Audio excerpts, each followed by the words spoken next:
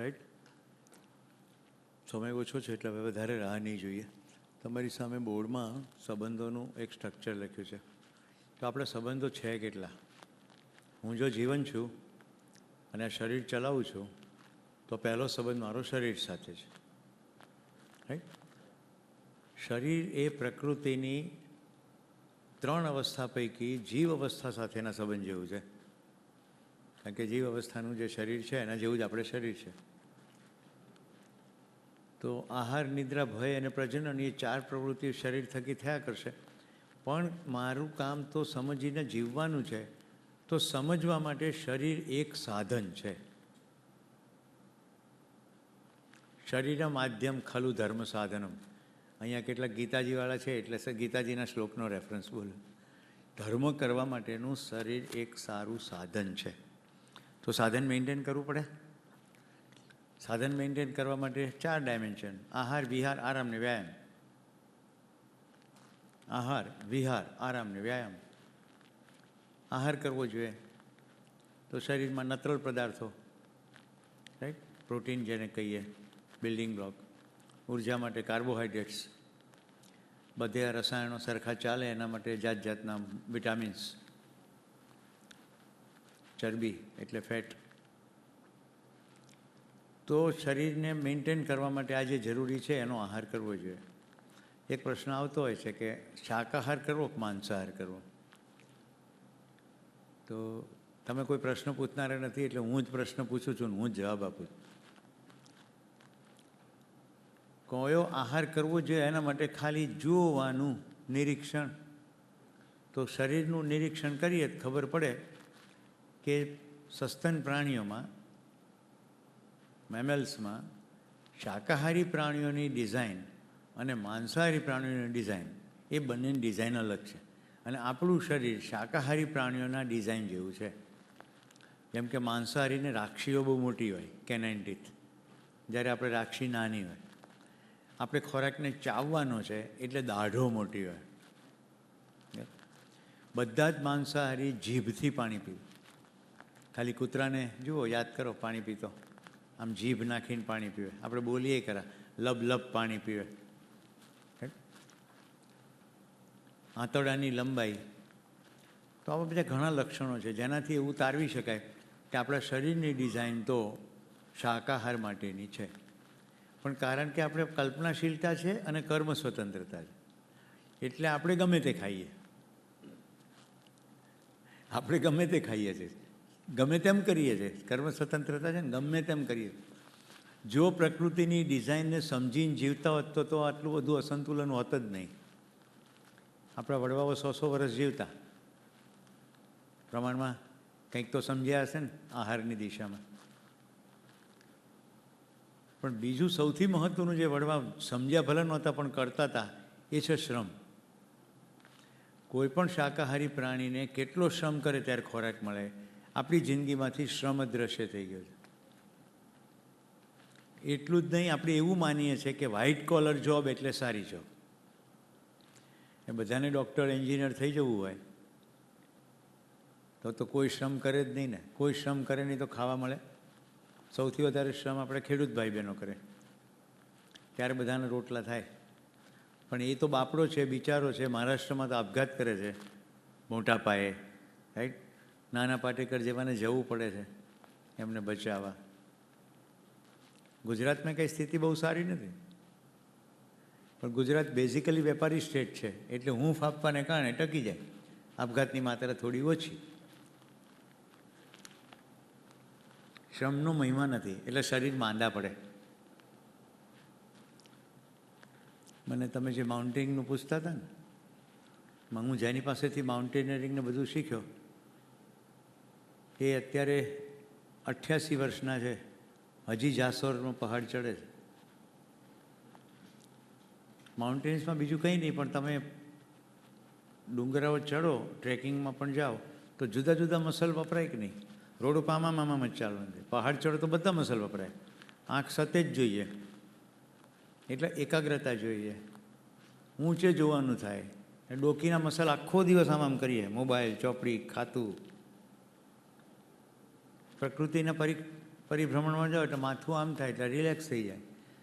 તો ફિટનેસને રીતે પ્રકૃતિમાં પરિભ્રમણ કરવું એ સ્વાસ્થ્ય માટે સારું છે. માઉન્ટેનરિંગ શોખ કરો કે ના કરો, ટ્રેકિંગ જેવી સાદી પ્રવૃત્તિ કરો. એટલે મારી 64 વર્ષની શરીરની આયુ છે, પણ તોય ફિટ છું, કારણ કે પહાડોમાં રખડું છું હજી. એટલે તમારે આવું નવું રહેવું હોય ને તો આપણી હારે વહી આવવાનું. આવું રહેવું છે ને, શરીર ચુસ્ત રાખવું હોય તો પહાડોમાં જવાનું. જે લોકો એવું કહે છે અમારે તો સમય નથી, તેઓને પછી એટલો મબલક સમય મળે છે કે છત તાક્યા કરવી પડે. હમણાં સમય નથી, પછી સમય જ સમય થાય એવું થઈ જાય. કંઈ વાંધો નહીં, પહાડમાં ના જાઓ તો વ્યાયામ કરો. આ તો પહાડમાં જવાથી બધા વ્યાયામનો સમન્વય થઈ જાય. એટલે શરીરના બધા અંગો ઊંચકીને કેમ્પિંગ કરો તો બધા અંગોને વ્યાયામ મળી જાય. પણ નહીં તો તમે શહેરમાં વ્યાયામ કરો. એટલે આહાર, વ્યાયામ. વિહાર એટલે શું? ક્યારે ઉઠવું, ક્યારે સૂવું, શું જોવું, શું વાંચવું, કેવા શોખો કેળવા, બધું વિહારમાં આવે. અને આરામ. આરામ એટલે પડ્યા પડ્યા ટીવી જોવું નહીં. જેનાથી આવેશ ના આવે એ બધું જ આરામ છે. કોઈ મનગમતું પુસ્તક વાંચો, પણ એમાંય થ્રિલર નવલકથા લીધી ખૂન ખરાબાવાળી, તમને મનગમતું હોય પણ એમાં આવેશ છે. આજકાલ અનિંદ્રા, ઇન્સોમનિયાની બહુ કોમન બીમારી. ખબર કેમ? Prime time. આ પ્રાઇમ ટાઈમની અંદર મને બતાવો એવી કોઈ સિરિયલ હોય તો હું જોઉં કે જેમાં એક સરસ મજાનું કુટુંબ હોય, બધા સંપીને રહેતા હોય, રાઈટ, ઉત્સવભેર જીવતા હોય. એવી છે સિરિયલ? પ્રપંચ, કાવા દાવા, રાઈટ, બાના અરે ઝઘડા, દેરાણી જેઠાણી ઝઘડા, પ્રપંચો સાસુ વહુના. એમાં કેટલીક તો સિરિયલના નામ જ એવા, સાસ ભી કભી બહુ થી. ટાઇટલથી જ ટેન્શન શરૂ થઈ જાય. કહાની ઘર ઘર કે, કાગડા બધે કાળા, આ બધી જ માન્યતાઓ.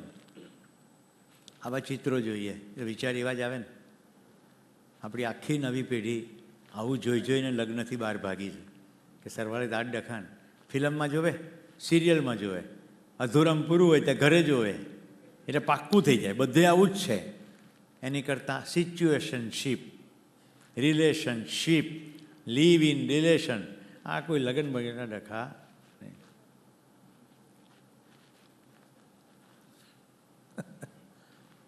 લગ્ન ન કરીએ તો સમજી શકાય, પણ સમાજમાં જે તાણાવાણા બનેલા છે સમાજ ટકાવવાના, એ લગ્ન ન કરે તો ટકે ખરા? હરાયા ઢોરની જેમ માણસો ફરે જાય તો સમાજમાં અત્યાર સુધી જેટલું ધર્મ સંપ્રદાય કર્યું કોઈ મોટું કામ, તો આપણને નીતિ ચરિત્રના નામે સમાજનું ગઠન ટકી રહ્યું. આપણી પાસે જેટલા ધર્મ કહેવાતા ધર્મ સંપ્રદાયો છે એને આપણને બીવડાવ્યા, આમ કરો નહીં તો પાપ, કોક જોવે છે, એમ કરી કરીને બીવડાવે. પણ બીતા બીતાએ આપણે સમાજનું બંધન ટકી રહ્યું. હજી પણ પતિ પત્ની સંબંધ છે. પશ્ચિમમાં રહ્યો છે, પશ્ચિમના દેશોમાં સવારે જાય સાંજે ના આવે. એની ઉપરથી આપણે કાઠિયાવાડનું એક ટાઇટલનું પિક્ચર બન્યું હતું, એની ઉપરથી નહીં, આ તો મજાક કરું છું. ઓઢું તો ઓઢું તારી ચોંદડી. એ જાહેરાત હોય ને હું નીચે લખું ના ઓઢું, તો મારા પપ્પા કે તું આવું શું લખે છે? મેં કીધું આ તો ઓઢું તો ઓઢું એ લોકો જ લખે છે, તો બાકીની લીટી પૂરી કરી. ઓઢું તો ઓઢું નહીં તો ના ઓઢું.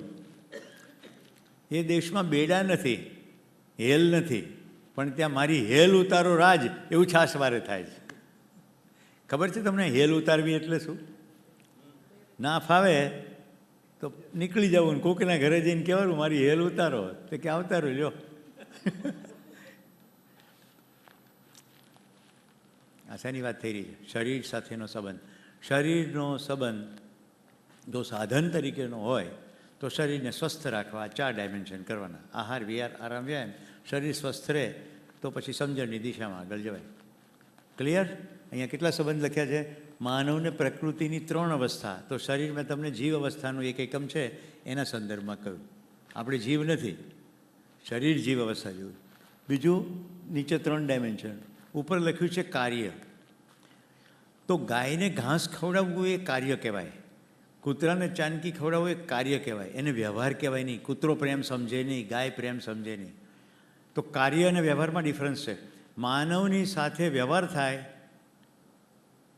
બાકીની 3 અવસ્થાઓ સાથે કાર્ય થાય. શું કામ? સુવિધા મેળવવા.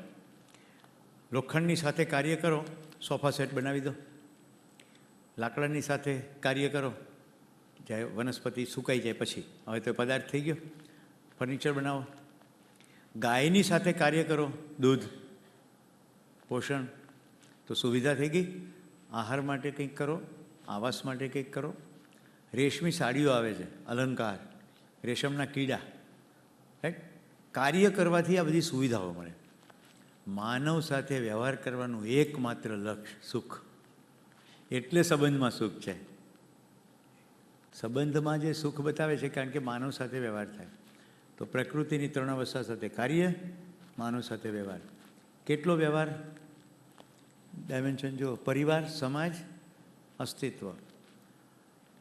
તો એ અસ્તિત્વમાં બધી અવસ્થાઓ લઈ લીધી. પણ અહીંયા સમાજના સંદર્ભમાં જ્યારે કહેવાય ત્યારે સમગ્ર અસ્તિત્વમાં જેટલા માનવો છે એ બધા સાથેનો વ્યવહાર આવી ગયો. તો આટલા મુખ્ય સંબંધના બેકગ્રાઉન્ડ છે. જે અહીંયા લખ્યું છે તે જ અહીંયા છે, એટલે તમે ત્યાં જુઓ કે અહીંયા જુઓ. એક સંબંધ હવે સમજાવું છું. સૌથી પહેલું માતા પિતા અને પુત્ર પુત્રી. તમે ઘણો શિબિરમાં પ્રતિભાવ આપ્યો. માનો જન્મ ક્યારે થાય? માનો જન્મ ક્યારે થાય? હા, સમજ્યા છો? બરાબર. એક સાથે 2ના જન્મ થાય. બાળકનો જન્મ થાય એ જ ક્ષણે માનો જન્મ થાય. એ પહેલાં ખાલી એ સ્ત્રી છે અથવા પત્ની છે અથવા પુત્રવધુ છે અથવા બેન છે. માનો જન્મ સંતાનની સાથે જ છે. એટલે એ સંબંધ ભેગો લખ્યો છે, માતા પિતા પુત્ર પુત્રી. અહીંયા ભલે સેપરેટ લખ્યો હોય, પણ માતા પિતા અને પુત્ર પુત્રી એ ભેગો સંબંધ છે. હવે એને સમજીએ.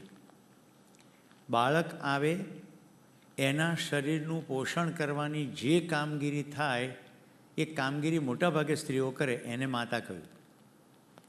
એ બાળક મોટું થતું જાય, પોષણ ઉપરાંત એનું રક્ષણ થતું રહેવું જોઈએ. એક ગુફાના સમયમાં પુરુષ શિકાર કરવા જતો, બહેનો ઘરની અંદર રાંધતા, જાત જાતના ડર હતા, શિકારી પક્ષીઓ, પ્રાણીઓ. તો રક્ષણની જવાબદારી જે ઉપાડે એને કહ્યું પિતા. પણ માતા અને પિતા એ શરીર નથી, એટલું અહીંયા સમજજો. જે પોષણનું કામ કરે એને માતા કહ્યું. રાઈટ. મેં બપોરે અહીંયાથી કોઈએ સાંભળ્યું હોય તો મેં કીર્તિબેનને કીધું મારી મા છે, મને ઢોકળા બહુ ભાવે, એટલે ઢોકળા બનાવીને લઈ આવે ને અત્યારે હું જમ્યો. તો માતાનો ભાવ છે મમતા. રાઈટ. કિરણભાઈ કંઈક સરસ મજાનું ખજૂરની વાનગી લઈ આવે, પોષણ થાય. તો શરીર તો પુરુષનું છે, પણ કહેવાય મમતા. હું ભાવ બોલી રહ્યો છું સાથે સાથે, સમજાય છે? તો અત્યાર સુધી માતા અને પિતાને શરીરની સાથે સાંકળ્યા. હવે હું શરીર નથી, સામે પણ શરીર નથી, જોનાર જીવન છે. તો જીવનમાં આ ભાવ પકડાય કે આ વ્યક્તિ દ્વારા મમતાનું પ્રદર્શન થઈ રહ્યું છે, વાત્સલ્યનું પ્રદર્શન થઈ રહ્યું છે. મારું ગળું ખરાબ ના થાય ત્યારે કૃષ્ણા નામની દીકરી પાણી પીવડાવે તો ભાવ પિતાનો છે, રક્ષણ, એટલે વાત્સલ્યનો ભાવ છે. ઉંમર નાની છે. યસ ઓર નો? હરેશભાઈ ક્યાં ગયા? પછવાડે ઠેઠ વહી ગયા. એ પાછળ બેસવાનો શું ફાયદો કહું સભાઓમાં?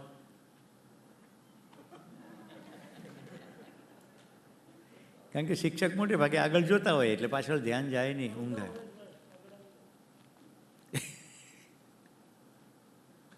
પણ તમને ખબર છે ને, સિગ્નલ ઠેઠ અહીંયા સુધી પહોંચે.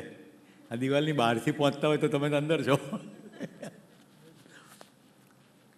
તો વચ્ચે એકવાર હરેશભાઈ પણ પાણી આપ્યું હતું. રાઈટ. તો માતા પિતા અને પુત્ર પુત્રી સંબંધની અંદર મમતા અને વાત્સલ્ય, પોષણ અને રક્ષણનો ભાવ. તો પોષણ અને રક્ષણનો ભાવ જે જગ્યાએથી પ્રવાહિત થાય તે પ્રમાણે સંબંધ. તો હવે સંબંધ બનાવવાનો છે કે સંબંધ ઓળખવાનો છે? આખા અસ્તિત્વમાં એક પણ સંબંધ બનાવવાનો નથી, બધા જ સંબંધ ઓળખવાના છે. તો ધરતી સાથેનો સંબંધ માણસોને ઓળખાયો હશે, ભારતના માણસોને. એને ધરતીને શું કીધું? માતા. ગાયનો સંબંધ ઓળખાયો હશે, ગાય માતા. ભાષાથી પણ સંસ્કારિતા આવે, રક્ષણ થઈ જાય ખરાબ વસ્તુઓથી. તો ભાષા અને સંસ્કૃતને પણ માતા અથવા માતૃભાષા. આપણે ભારતીયો કેટલા સદભાગી. જન્મતાની સાથે બધાને 5-5, 6-6 માઓ તો ફિક્સ. એક તો જન્મ આપે તેમાં, પછી ધરતીમાં, પછી ભારતમાં. ભાષા મળે તો ભાષા, માતૃભાષા. દૂધ તો હોય જ, એટલે ગાયમાં.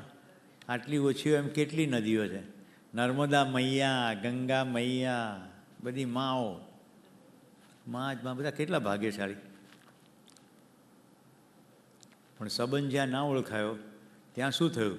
ગંગાને કાંઠે વસનારા લોકોએ ગંગાને એટલી ગંદી કરી નાખી કે ગંગા શુદ્ધિકરણ પ્રાધિકરણ એક બોર્ડ બનાવવું પડ્યું. સમજાયું? બોલવામાં આપણે બધાની તકલીફ શું છે ખબર? ભારતમાં વારસો બહુ સારો. બોલવામાં આત્મા પરમાત્મા અને જીવવામાં ગાડી બંગલો. શું લઈ જવાનું છે બધું અહીંયા ને અહીંયા પડ્યું રહેવાનું. એમ મહારાજ કથા કરે અને બધું પોટલું વાળીને લઈ જાય. હા કે ના? એમ જ થઈ રહ્યું છે ને.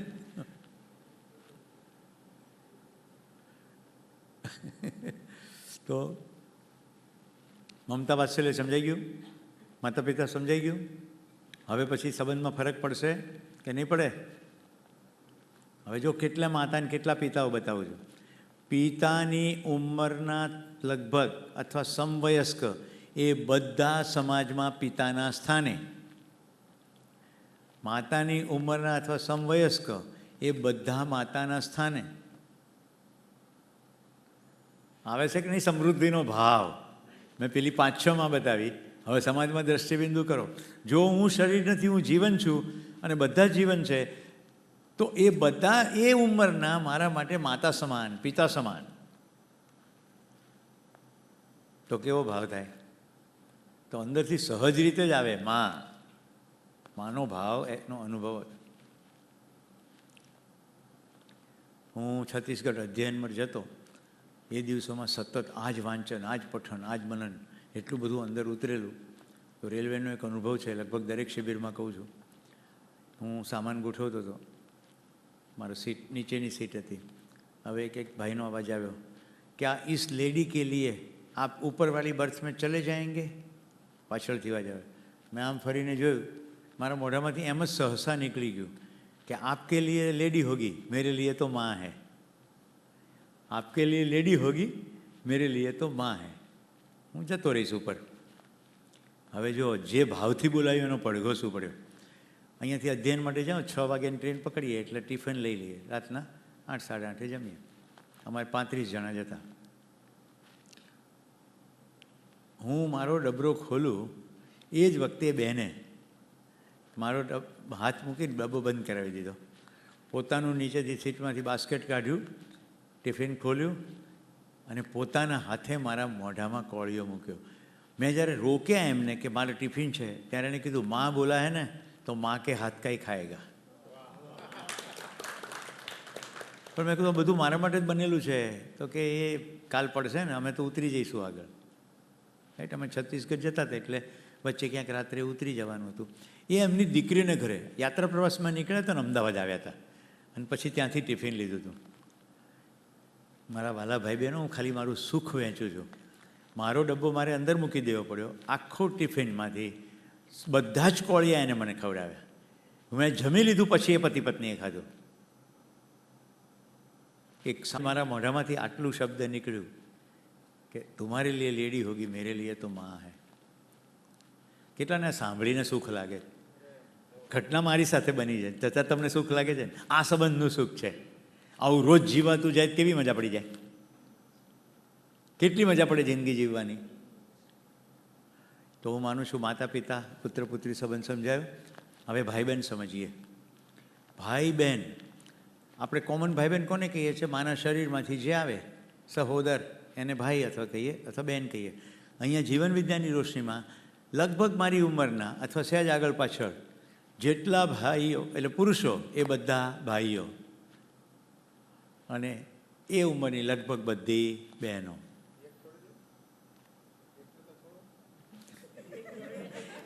એ સંબંધ છે, હમણાં જ આવે છે જો તરત. હવે મને લાગે આગામી શિબિરમાં મને ઉપર લઈ લેવું પડશે.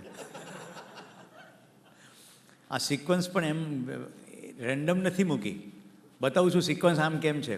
બાળક આંખો ખોલે છે ત્યારે સૌથી પહેલો સંબંધ કયો ઓળખાય છે? માતા પિતાનો સંબંધ ઓળખાવવામાં આવે છે કે આ તારા પપ્પા. પછી બીજા જેટલા આજુબાજુ છે એ ભાઈ બહેન છે. એ સિક્વન્સ છે આ. પછી મોટા થયા પછી પતિ પત્ની સંબંધ છે. એનીવે, હવે એમણે કીધું છે તો મારે જવાબ આપવો પડે ને, અહીંયા તો દરેક સવાલનો જવાબ છે. પતિ પત્ની સંબંધમાં પણ શરીરની થોડીક પ્રક્રિયાઓને થોડી મિનિટો બાદ કરતાં બાકી એ સંબંધ પણ ભાઈ બહેન જેવો જ સંબંધ છે. તપાસીને જોઈ લો અંદર. શું આખો સમય સેક્સ કે પ્રજનનની ક્રિયા થાય છે? આખો સમય એની વાત થાય છે? ચંદ મિનિટોને બાદ કરતાં એ સંબંધ ભાઈ બહેન જેવો સંબંધ જ છે. તો ભાઈ બહેન સંબંધ કેવો છે? બધું જ શેર્ડ છે, હા કે ના? ભાઈ બહેન સંબંધમાં એક ઘરની અંદર ભાઈ બહેનને માટે બધું જ શેર છે. એટલે માતા બેયની છે, પિતા બેયનું છે, ઘરમાં ફ્રીજ છે તોય બેયનું છે, રસોડું બેયનું છે, ઘરના તમામ રિસોર્સિસ બહેનના છે. આ જો ખબર પડી જાય તો પૃથ્વી પરના તમામ રિસોર્સિસ આપણા તમામ ભાઈ બહેનોના છે, મારા એકલાના નથી. તો આરસી બુકમાં નામ લખાવવાનો ભ્રમ જતો રહે. હું આ એક પ્રવાહમાં કહું છું, એ ખ્યાલ આવે જ તમને, જેથી તમારી છલાંગ લાગે. જેટલા રિસોર્સિસ છે, અત્યારે રિસોર્સિસનું શોષણ કેમ થઈ રહ્યું છે? એક વ્યક્તિ પાણી કેમ બગાડે છે? એને એમ લાગે મારું પાણી છે. જે દિવસે એવી ખબર પડે કે પાણી તો બધાનું છે,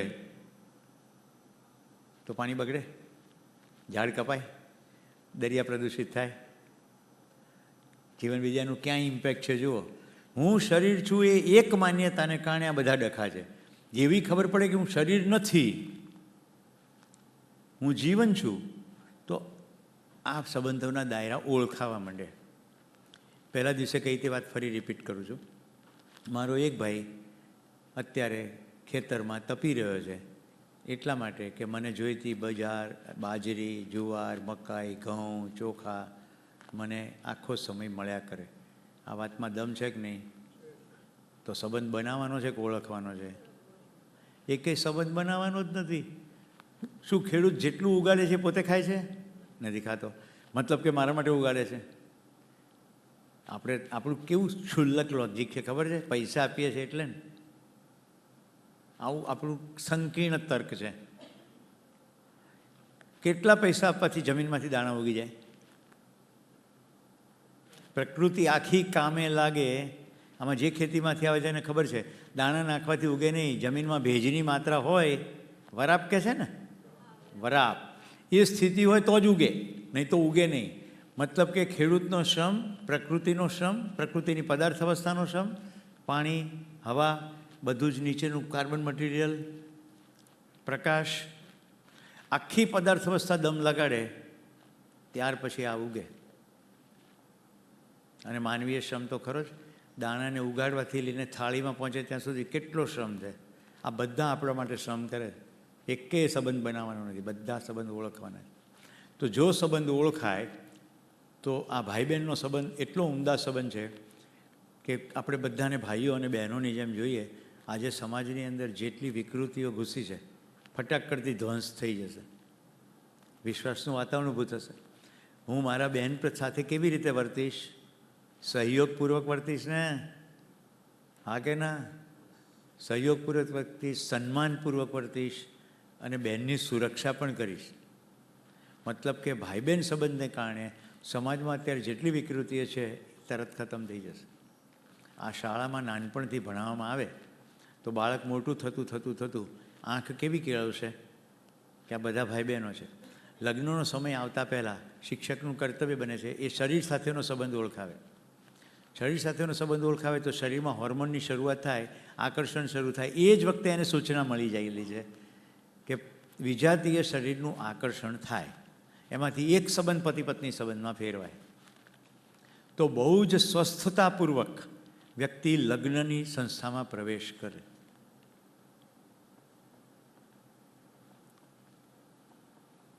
મારા શિબિરમાં નહીં પણ સોમ ત્યાગીજીના શિબિરમાં મેડિકલની એક સ્ટુડન્ટે એવો પ્રશ્ન પૂછ્યો કે હું મેડિકલની સ્ટુડન્ટ છું, દીકરી હતી, મને ખબર છે સગર્ભાવસ્થા કેવી રીતે થાય, મારે લગ્ન નથી કરવું, હું મલ્ટિપલ પાર્ટનર રાખું, મારું શરીર છે, મારે જેમ કરવું એમ કરવું, તો એમાં શું ખોટું છે? સોમ ત્યાગીજીએ જવાબ આપવાને બદલે એટલું કીધું કે આ જ કામ તારા માતુશ્રી પણ કરે તો કેવું રહેશે?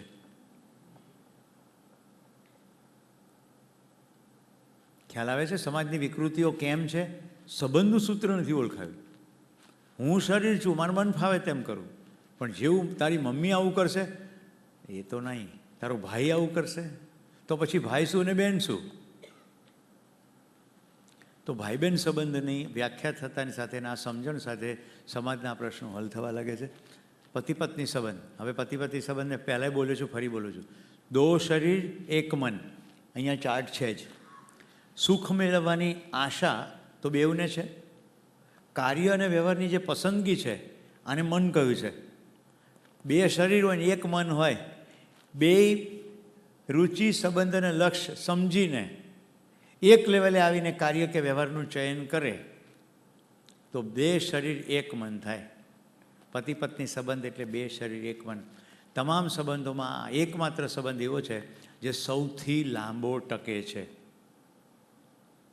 માતા પિતા અને પુત્ર પુત્રી સાથેનો સંબંધ લાંબો નથી ટકતો, કારણ કે માતા પિતા ઉંમરમાં 20-25 વર્ષ મોટા છે, એટલે એમને પહેલાં જવાનું થશે આગળ.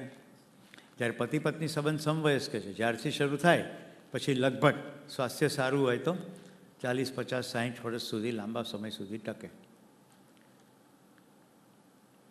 40મી લગ્ન તિથિ આવતી હતી. હું વિસનગરની અંદર શિબિરમાં હતો. મારા દીકરા અને દીકરીએ બંને પોતપોતાની રીતે અંદર ઘૂસપૂસ કરી લીધી. દીકરી તો અમેરિકા છે, દીકરો યુરોપમાં હોલેન્ડમાં છે. એ લોકો આવી ગયા ભારત. ગોવિંદભાઈને ત્યાં વિસનગર ઘરમાં સંતાઈ ગયા. એને ખબર પડી શું શિબિર છે તો ખબર જ હતી કે પપ્પા જે શિબિરમાં શીખી રહ્યા છે, હું ચેતના વિકાસ મૂલ્ય શિક્ષાના મહેન્દ્રભાઈના શિબિરમાં શિબિરાર્થી હતો અને હજી શિબિરને 5 દિવસની વાર છે. મને ડિસ્ટર્બન્સ ના થાય એટલે 5 દિવસ એમના મિત્રો સાથે સમય ગાળ્યો અને શિબિર પત્યા પછી વિસનગરમાં એ ગોવિંદભાઈના રૂમમાંથી સરપ્રાઇઝલી બહાર આવ્યા કે પપ્પા તમારી 40મી લગ્નતિથિ ઉજવવા માટે અમે આવ્યા છીએ. અમે કોઈ જગ્યાએ ઢીમ નહીં કર્યું, અમે 4 જણા સાથે સમય ગાળ્યો. એ અમારું લગ્નતિથિનું સેલિબ્રેશન. પણ મારો મુદ્દો કહેવાનું એટલું છે, બાળકોને આવો મનમાં ભાવ કેમ થાય? રાઈટ. પછી તો અહીંયા આવ્યો ને તમે તો સાથે ઘણું રહ્યા છો. પછી શું થયું કીર્તિ ભાભી? એ બહુ મજાનું છે. એ અહીંયા આવ્યો પછી કામ શરૂ થયું તેનું એના મિત્રોને હળવા મળવાનું. એમાં અમદાવાદની એક સંસ્થા કેચ ફાઉન્ડેશન, એ લોકો ઝાડ વાવવાનું કામ કરે. તો મારા મિત્રનો એક દીકરાનો મિત્ર હતો ને, એ સંસ્થાને થોડી સલાહ આપવાનું કામ કરતો હતો, કોમ્પ્યુટર રિલેટેડ બધું. ઓર્ગેનાઇઝેશન જ્યાં જ્યાં ઝાડ વાવતું એનો ડેટાબેઝ મેન્ટેન કરે, ટીમ જે કામ કરતી હોય. એ લોકોએ 4 લાખ ઝાડ વાવ્યા, 4 લાખ, અને 100 જેટલા મિયાવાકી જંગલ ઊભા કર્યા. એ મારા દીકરાને પણ કહ્યું. એ લાગી ગયો ને ફટ કરતો નિર્ણય લીધો કે સમય એક્સટેન્ડ કરું છું. એનાથી જીવન વિજય શિબિર આવેલો. અહીંયા અમે શિબિર કરવા મોન્ટેરિયા વિલેજ આવ્યા. એનું બધું નક્કી હતું જવાનું. 4 જ દિવસમાં એનું રહેવું હતું. શિબિરની વિષય વસ્તુમાં એટલી પકડ આવી, એને કહ્યું કે હવે આખો શિબિર પૂરો કરવાનો. અને અત્યારે અધ્યયન બિંદુ એટલે એડવાન્સ શિબિર એ કરી રહ્યો છે. પાછો જતો રહ્યો 2-3 મહિનામાં કે પાછો આવું છું અને પછી કામ શરૂ કરીએ. સમજણનો બિંદુ આવે પછી ઘણો બધો ફેર પડે. કોઈને જરાય ગૂંચવાડો ના થાય એટલે સ્પષ્ટ કહી દઉં. એ અહીંયાથી ભણવા ગયો અને ભણીને અત્યારે એટલા માટે પાછો ત્યાં ગયો છે કે હવેની દુનિયા ફ્લેટ દુનિયા છે. એને ત્યાંની પરમનન્ટ સિટીઝનશીપ છે, પરમનન્ટ રેસિડન્ટશીપ છે. એક પેપર સબમિટ કર્યું છે એનાથી એને સિટીઝનશીપ મળે. એનું કેવું લોજિક છે? મને યુરોપની સિટીઝનશીપ મળે એટલે મારે વિઝાની ઝંઝટ બંધ, આખી દુનિયામાં હું પ્રવાસ કરી શકું અને મારે જે કરવું એ કરવું. કારણ કે 11મા ધોરણમાં મેં એને એવું કહી દીધું હતું કે બેટા ભણવાનો એકમાત્ર અર્થ જીવવાનો છે. કારણ કે એના જીવનમાં શિબિર આવી ગયો ને પહેલાં. ભણવાનો એકમાત્ર અર્થ જીવવાનું શીખવાનો છે. કમાવા માટે કશું કરવાની જરૂર નથી. ઘર છે, રાઈટ, ગાડી છે, તારી મોજ પડે એ કર. તો મોટા પાયે ફરક પાડવાના કામમાં એ ભણ્યો, સ્ટ્રેટેજિક પ્રોડક્ટ ડિઝાઇન ભણ્યો. એટલે મને ગૌરવ છે કે મારો દીકરો એક સારા કામમાં છે. અને આજે મને બીજા 2 દીકરા મળ્યા, એકનું નામ સત્યમ અને એકનું નામ મિત.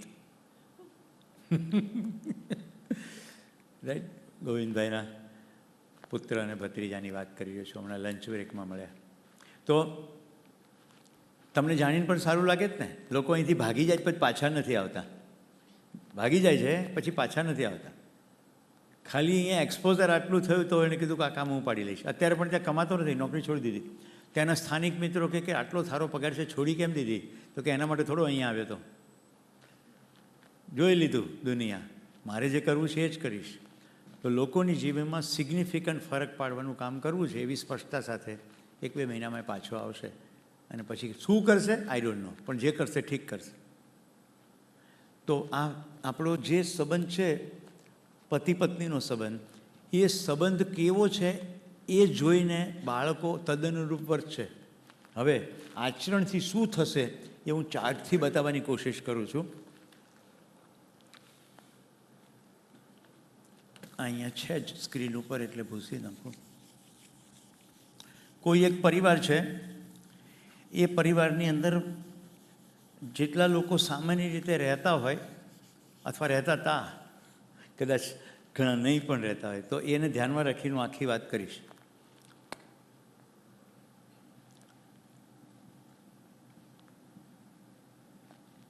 આ 2 જણા છે અને એમને એક પુત્ર થયો અને એક પુત્રી થઈ, એમ માનજો. હજી ઉપર ભૂસવું પડશે.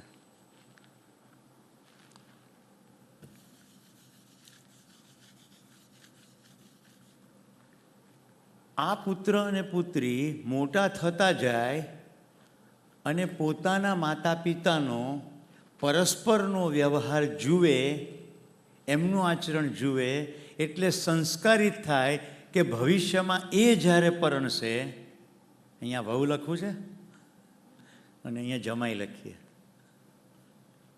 આપણે અત્યારે આને કેન્દ્રમાં રાખીને બોલી રહ્યા છીએ. આ દીકરો અને દીકરી પોતાના માતા પિતાને સુચારુરૂપ આચરણ કરતા જુએ એટલે સંસ્કારિત થાય. તો એ જ્યારે પરણશે ત્યારે એ દીકરો એની પત્ની સાથે એવી રીતે વર્તશે. મતલબ કે પોતાના પિતાને પોતાની માતા સાથે સન્માનપૂર્વક આદરપૂર્વક વર્તતા જોશે તો એ જ્યારે પરણશે ત્યારે એની પત્ની સાથે સન્માનને આદરપૂર્વક વર્તશે. ઉપદેશથી થાય નહીં. સ્ત્રી સન્માનના બણગા ફૂંકીએ છીએ આપણે, સ્ત્રીઓનું સન્માન કરો, પણ નાનપણથી બાળક મોટું થતું જોવે છે કે મારા બાપા મારી બાને દબડાવ્યા જ કરે છે. ઘરેથી આવે છે ને ટાંગા લાંબા કરીને લાવો પાણી, જાણે હું મોટો શ્રમ કરીને આવી ગયા હોય. હવે લાવો ચા, હવે લાવો ફફડાટ, આમ ગરમ ગરમ ફફડતો નાસ્તો. તમારે ત્યાં નહીં થતું હોય એવું માની લઉં છું.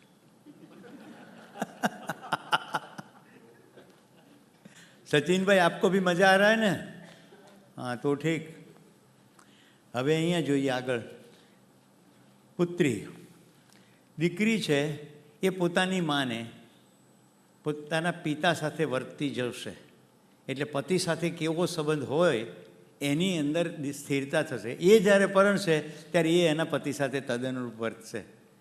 કારણ કે આચરણથી જ પ્રમાણ છે, આચરણથી જ જોઈને શીખી જાય, સમજી જાય. હવે કુટુંબો તૂટે છે કેમ અને તોડવા ના હોય શું થાય? આ પતિ પત્ની જે ઘરમાં રહ્યા છે ત્યાં એમના માતા પિતા રહ્યા છે. હવે જોજો, આ પુત્ર પોતાના પિતાને એના પિતા સાથે, એટલે કે પોતાના પિતાને દાદા સાથે વર્તતા જુએ છે તો શીખી જાય છે કે પિતા સાથે કેવી રીતે વર્તાય. એટલે જ્યારે આ પુત્ર મોટો થાય છે અને આ પિતા ઘરડા થાય છે ત્યારે કહેવું નથી પડતું, કારણ કે એણે પોતાના પિતાને એના પિતા સાથે વર્તન કરતા જોયું. પછી સેમ, બાકીની બધી વસ્તુ સેમ છે, માતા સાથે વર્તન કરતા જોવે, રાઈટ? એ જ રીતે અહીંયા પણ એ જ સેમ. પછી આઈ થિંક એટલું તો તમે સમજી શકશો. પોતાની માતાને પોતાની દાદી સાથે પોતાની માતાને દાદી સાથે વર્તતા જોઈને દીકરી નક્કી કરી નાખશે કે સાસુ સાથે કઈ રીતે વર્તાય.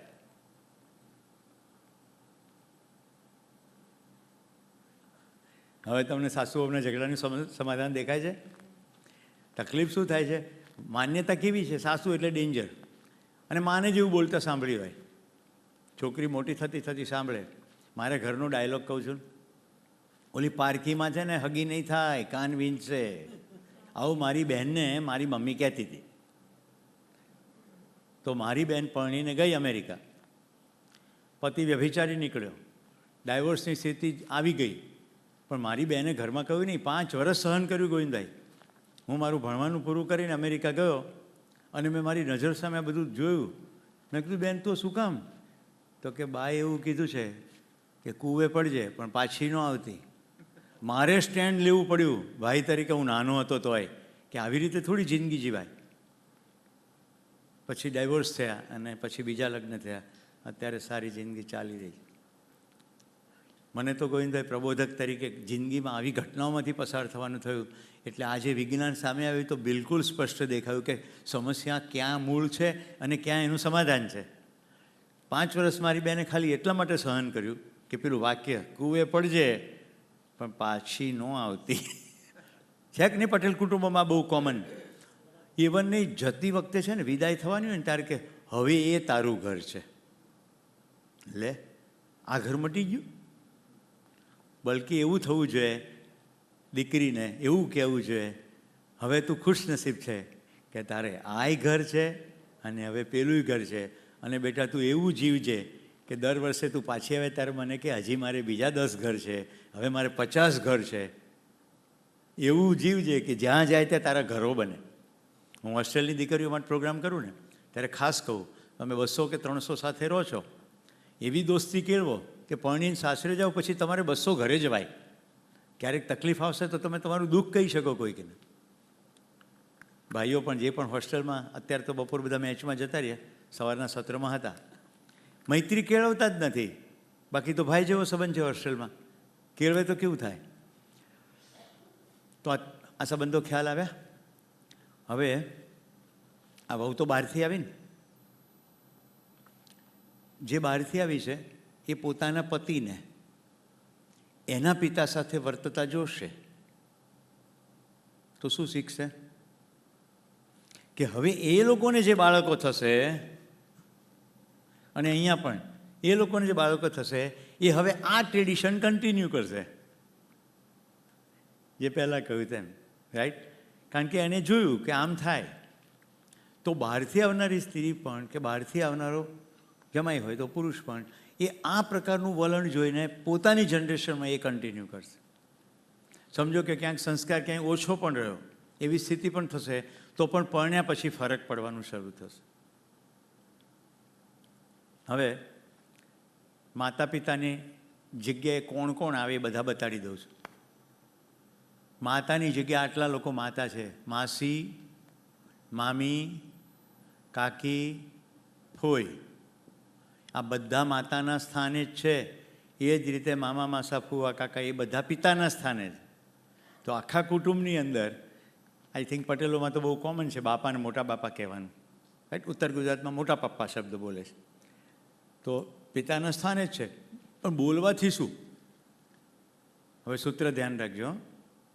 તમને પૂછું, પ્રશ્ન પૂછું સૂત્રની જગ્યાએ.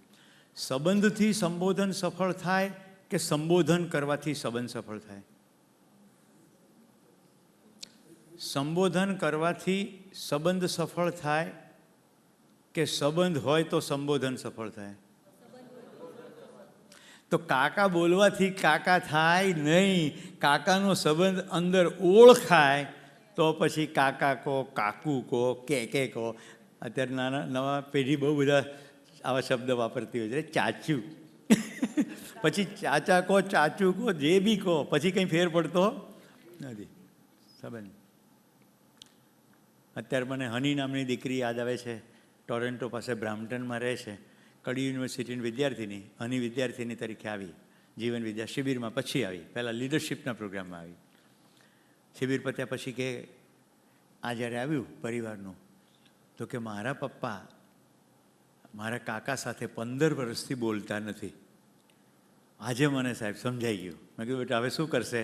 અહીંયાથી સંકલ્પ લઈને જાઉં છું કે બંને જણાને હું બોલતા કરીશ. અને 6 મહિના પછી એને ગુડ ન્યૂઝ આપ્યા, આવો આજે સાંજે ઘરે, આજે અમે બધા ભેગા થઈને જમવાના છીએ. સંબંધ તો સ્થપાઈ ગયો. એણે શું કર્યું? પપ્પાની સામે બેસીને કહ્યું તમે નથી બોલતા ને, મને તો કંઈ જ વાંધો નથી, હું કાકાને ઘરે જાઉં છું, 3 દિવસ પછી આવીશ. હવે એને તો રોકી ના શકે. કાકાને કંઈ વાંધો નહોતો ભત્રીજી સાથે. અહીંથી ત્યાં ને ત્યાંથી અહીંયા બધી જ સારી વાતો પરસ્પર કહેવાની શરૂ કરી અને બંને ભાઈઓને ભેગા કરી દીધા.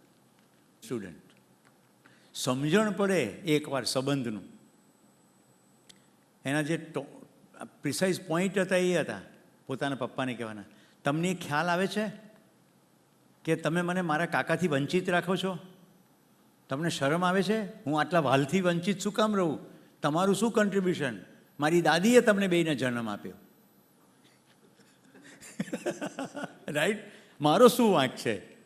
મને મારા કાકા જોઈએ ને મારા ઘરમાં જોઈએ, અલગ નહીં જોઈએ.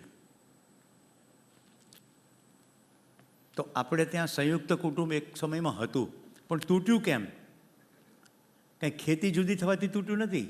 સંબંધનું સૂત્ર આપણને પરફેક્ટ સમજાવ્યું નહીં, એટલે ક્યાંક થોડું જુદારો શરૂ થતાં બધું જુદું થવા માંડ્યું. પછી ઘરે જુદા થયા, જમીનો જુદી થઈ, ધંધા જુદા થયા, એની કરતાં મન વધારે પહેલાં જુદા થઈ ગયા. અત્યારે એડમિનિસ્ટ્રેટિવલી કન્વિનિયન્ટ ના હોય તો તમે રસોડા જુદા કરી શકો, વ્યવસાય પણ બહુ પહોળો થાય તો જુદા કરી શકો, પણ મન જુદા નહીં થવા જોઈએ. જ્યારે મન જુદા ના થાય ત્યારે જીવવાની મજા પડે. તો મિત્રો, મારા સદભાગ્યે દેશમાં ફરતા આવા ખૂબ સરસ પરિવારોમાં મને જવાનું થાય છે. આ અદ્ભુત સૂત્ર ત્યાં જોવા મળે અને પ્રસન્નતાથી મન ભરાય કે છે હજી એવા કેટલાક લોકો સમજદાર છે. તો મેં તમને કેટલી પેઢી બતાવી? 1, 2 અને 3. 3 પેઢી સાથે રહે. લાગે છે કોઈ પણ વૃદ્ધ માણસો દુઃખી થાય? માતા પિતા અહીંયા સાથે ન પણ રહેતા હોય, કારણ કે અત્યારે સિટી લાઈફની અંદર બધું કદાચ શક્ય ના બને, પણ વ્યવહાર જો જોવે તો પછી વ્યવહારનું સૂત્ર આખું જ અલગ બની જાય, એવું મારું કહેવું છે. તો આપણે સંબંધ આવી ગયો ને, મેં બતાવ્યું તમને. અહીંયા બહુ આવી છે, પોતાના પતિને એના સસરા, બહુ માટે તો સસરા અને સાસુ સાથે વર્તતા જોવે એટલે વર્તનનું એક ડાયમેન્શન આવે. સાથે સાથે એ પોતાની સાસુને એની સાસુ, કારણ કે આના પિતા છે ને, તો એના સાસુ સાથે વર્તતા જોવે એટલે એ પોતે પોતાની સાસુ સાથે એ રીતે વર્તે. બીજા એંગલથી કહું તો સાસુ એ માતાને સમકક્ષ જ છે. અહીંયા મેં બતાવ્યું ને, માતા પિતાને સમકક્ષ જ છે. સમવયસ્ક છે તો માના સમકક્ષ જ સાસુ છે, એટલે મા બરાબર થઈ ગઈ. છતાંય હું સમાજ વિજ્ઞાનની દ્રષ્ટિએ એક સ્પષ્ટ કહેવા માગું છું કે દીકરી બોલીએ તો ત્યારે જ બોલવું જોઈએ જ્યારે દીકરી જેવો ભાવ હોય. નહીં તો જે ડિસ્ટિંક્શન સમજવાનું છે એ છે કે એક જેને દીકરી કહો છો એ બિલકુલ અલગ ઘરે ઉછરી છે. હા કે ના? અલગ ઘરે ઉછરી છે, અલગ વાતાવરણમાં ઉછરી છે, એના શોખ, મોજ શોખ, જિંદગી જોવાની દ્રષ્ટિ અલગ છે. હવે તમે એને દીકરી કહો, રાઈટ, અને પછી એને દીકરીની જેમ ટ્રીટ કરો. હવે તમારી દીકરી વિચિત્ર હોય તો તમે એને જેમ ટ્રીટ કરતા તેમ એને ટ્રીટ કરાશે? ટ્રીટમેન્ટ બેયને એક જ સરખી દીકરી છે એમ કંઈક તો એમ નહીં, માનવ છે. ચલો એક પ્રસંગ કહું જે દિલને ગાર્ડન કરે. અમદાવાદ મણિનગર જ્યાં હું મોટો થયો ત્યાં નરેન્દ્રભાઈ નામના વ્યક્તિ એના દીકરા ઘનશ્યામને બોટાદથી વહુ લઈને આવ્યા. એનું નામ પુનિતા. લગ્ન થયું, પહેલી રાત્રિ, સવાર પડી, નરેન્દ્રભાઈ મોટરસાઇકલ પર બેસીને બૂમો પાડે, પુનિતા પુનિતા. તો નરેન્દ્રભાઈના વાઈફ મીનાબેન બહાર આવીને કે છોકરા સૂતા છે, આવી શું રાડો પાડો? તો કે તું વચ્ચે ના બોલ, પુનિતાને બોલાવ. થોડીક વારમાં પુનિતા બહાર આવી. નરેન્દ્રભાઈ ખાલી આટલું જ બોલ્યા, બેટા જય સ્વામિનારાયણ. એ લોકોને સ્વામિનારાયણ સંપ્રદાય હતો અને નરેન્દ્રભાઈ જતા રહ્યા. પછી આ રોજની પરંપરા ચાલુ થઈ ગઈ. રોજ સવારે ધંધા પર જાય. કેમ? કારણ કે નરેન્દ્રભાઈએ ઘરમાં કહી દીધું, ઘરમાં લક્ષ્મી આવી હોય તો લક્ષ્મીનો ચહેરો જોયા વગર હું ત્યાં લક્ષ્મી મેળવવા જાઉં?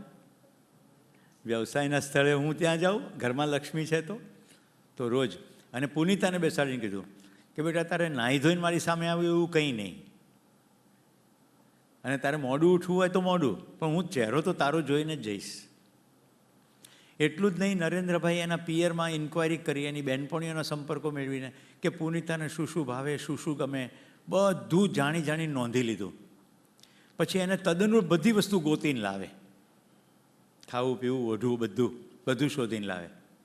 અને ખરા અર્થમાં જેમ કહે ને દીકરીના લાડકોડ પૂરા કરે, એવી રીતે નરેન્દ્રભાઈએ પુનિતાને સાચવી.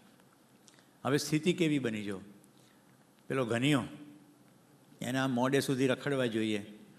હવે લગ્ન થયું એટલે મારા માટે તો ઘનિયો જ ને, ઘનશ્યામ નામ હતું.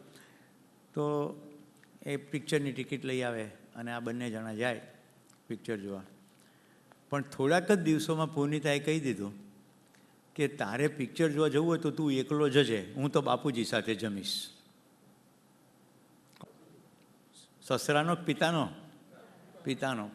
કારણ કે નરેન્દ્રભાઈ સોનીનું દુકાન હતી એટલે લગભગ 8, 8:30ની આજુબાજુ આવે અને મીના ભાભી જમાડતા હોય. પણ પરિવારમાં સાથે બેસીને જમવાનું પરંપરા લઈને પુનિતા બોટાદથી આવી હતી. અને આટલું પિતા જેટલું વહાલ ત્યાં પોતાના ઘરે પિતા સાથે જમતી, એટલે કે હું તો બાપુજી સાથે જમીશ. પછી ઘનિયો નરેન્દ્રભાઈ સાથે ઝઘડે, આ તમારે જમવાને કારણે અમારે પિક્ચર નથી થતું. હવે નરેન્દ્રભાઈ આખી સિસ્ટમ બદલી નાખી. એ જાણી લે કે પુનિતાને કે અત્યારે કયા સમયે કયું પિક્ચર ચાલતું હશે જે જોવું ગમે. ટિકિટો લઈ આવે, પહેલેથી ફોન કરી દે, દુકાન બંધ કરીને વહેલા ઘરે આવતા.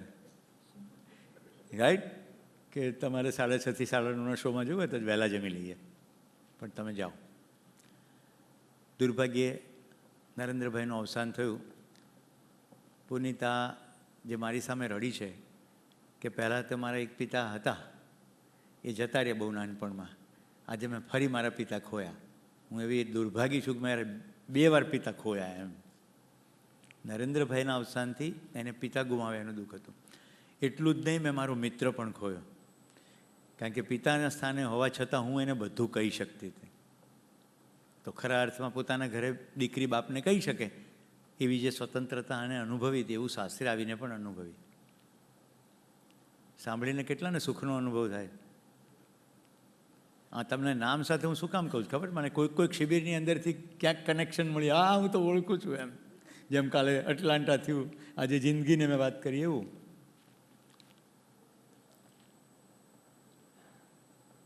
તમારી આંખમાં જે આંસુ છે એ ખુશીના આંસુ, એ આંસુને નિરર્થક વહેવા ના દેશો. આસપાસના પરિવારોમાં દ્રષ્ટિ કરજો. એ પણ ભવવો ક્યાંક તકલીફમાં હોય તો એ તમારી જ પુત્રવધુ છે એમ માનીને હૂંફ પૂરી પાડી શકાય છે. એક મોટો ઉદ્યોગ આવી હૂંફને કારણે છે. એક બેન રડતી આવી, મારો પતિ ગુજરી ગયો, હવે ઘર કેમ ચલાવવું? તે પેલા સાસુ નહીં પણ માના સ્થાને, એની તો પુત્રવધુ નહોતી, બીજાની હતી, પણ એમ કહ્યું કે તને અથાણા પાપડ કંઈ બનાવતા આવડે છે? મારે બહુ મોટું કુટુંબ છે તો હું વેચીશ તારા બદલે. તો કે હા. એમાંથી આટલું મોટું વૃક્ષ થયું, એનું નામ છે લિજ્જત પાપડ મહિલા ગૃહ ઉદ્યોગ. અને બહેનનું નામ છે લીલાવતીબેન પોપટ, જેણે હૂંફ પૂરી પાડી હતી પેલી અજાણી સ્ત્રીને. ખ્યાલ આવે છે? એક ઘટના નથી હોતી, કોઈ એક હૃદયનો સાચો ભાવ કેટલી બહેનોની જિંદગીમાં ફરક પડી ગયો. મહિલા ગૃહ ઉદ્યોગ છે. ડૉક્ટર વર્ગીસ કુરિયન આણંદ આવ્યા, ખેડૂતોને શાહકારો પાસે ચૂસાતા જોયા. ગુજરાતી નહોતા, દક્ષિણ ભારતીય હતા. એમાંથી અમૂલનો જન્મ થયો અને અત્યારે અમૂલ સ્વિટ્ઝરલેન્ડમાં ત્યાંની ગાયોને દોઈને ત્યાંના ગોરિયાઓને દૂધ, દહીં, ચીઝ બધું વેચે છે. અને અમૂલનો કોઈ માલિક નથી. It is milk producer cooperative society. સંબંધ ડબ્બાવાલા બોમ્બેના ઘણા બધા તો નિરક્ષર છે. એમાં ખબર છે ને, પ્રિન્સ ચાર્લ્સના લગ્નમાં એમને આમંત્રણ મળ્યું હતું. અને 6 સિગ્મા ક્વોલિટી એટલે 10 લાખ ડબ્બા હોય એમાંથી એકાદ ડબ્બો જ મિસપ્લેસ થાય, એટલા લેવલની ક્વોલિટી સ્ટાન્ડર્ડ્સ છે. મેનેજમેન્ટ સ્કૂલોમાં ડબ્બાવાલાના કેસને ભણાવવામાં આવે છે. કોઓપરેશન દુનિયાભરમાં આપણે કોઓપરેશનમાં સૌથી વધુ સફળ છીએ, કારણ કે આપણે સંબંધનો એક જીન્સમાં વારસો લઈને આવ્યા છીએ. જ્યાંથી મેં શરૂ કર્યું હતું, ભારત માતા, નર્મદા માતા, ધરતી માતા, આ સંબંધનું એક વારસો છે ને. આ સંબોધનનો છે. મારું ખાલી એટલું જ કહેવું છે, ગાય માતા કીધું, જો સંબંધ સમજાયો હોય તો એક પણ ગાય પ્લાસ્ટિક ખાઈને ના મરી જાય. ગંગા માતા કીધું, જો સંબંધ સમજાયો હોય તો ગંગાને શુદ્ધ કરવી ના પડે. એટલે સંબોધનથી સંબંધ સફળ થાય નહીં, સંબંધ ઓળખાય તો સંબોધન સફળ થાય. બાકી કોણ અમરેલી તરફથી છે? ઘણા બધા છે. Very good. અમરેલી મારું મોસાળ, રાઈટ? માસીનું ઘર. મંદિર નાગનાથ નહીં, સુખનાથપરા. યસ, સુખનાથપરા. સુખનાથપરાની અંદર મારા માસીબાનું ઘર. ખાટલા ઉપર બહાર પડોશમાં એક કાકા સૂતેલા, બહુ ઘૂમટો કાઢીને ચા લઈને આવે, ડોહા મરી જા હવે, તારે કારણે હું હેરાન થાઉં છું, આવું એ બોલી. આમ લાજ કાઢેલી. હું નાનું બાળક સાંભળી ગયો. સમાજની દ્રષ્ટિએ શું છે? સસરાની સેવા કરે છે, પણ ચા આપતી વખતે બોલે છે આવું. મારા બાળ માણસમાં ઇમ્પ્રેશન પડી ગઈ. એટલે મેં કહ્યું, લાજ કાઢે છે ને આવું કેમ કરે છે? પછી ખબર પડી સમાજની દ્રષ્ટિએ તો લાજ, બાકી તો લાજ નેવે મૂકી દીધી. ડોહા મરી જાય એમ કીધું, તું કારો.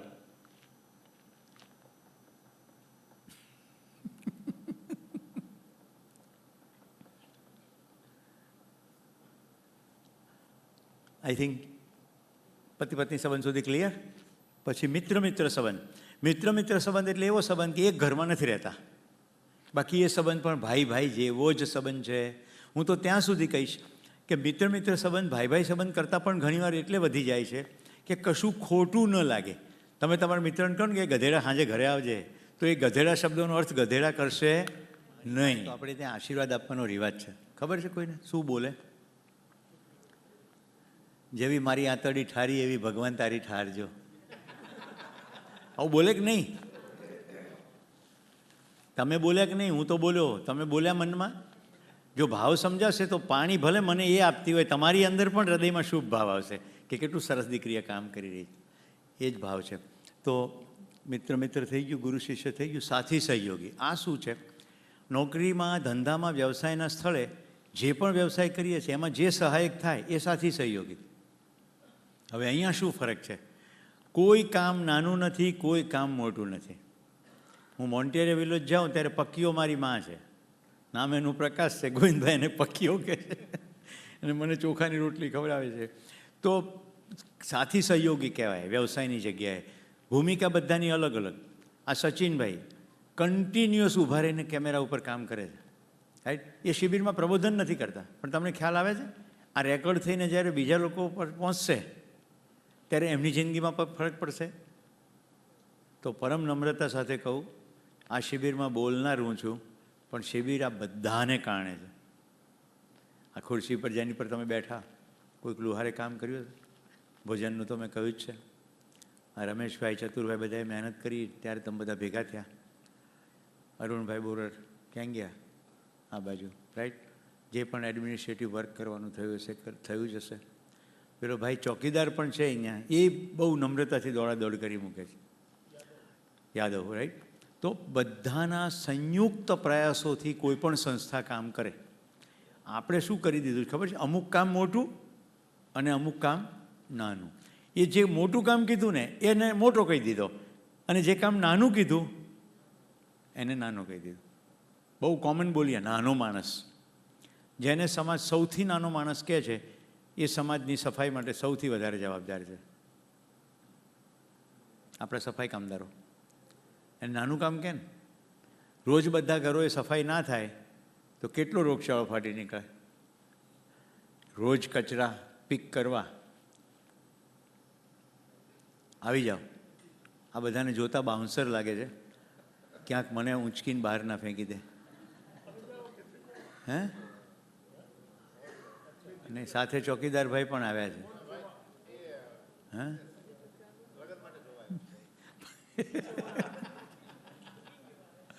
એમ ગ્રાહક છે. ઓકે, આપણા જ છે. પાછું આટલી વારમાં ભૂલી ગયા તો વાળી લીધું. હા, પ્રમુખ છે ને, વાળી લીધું.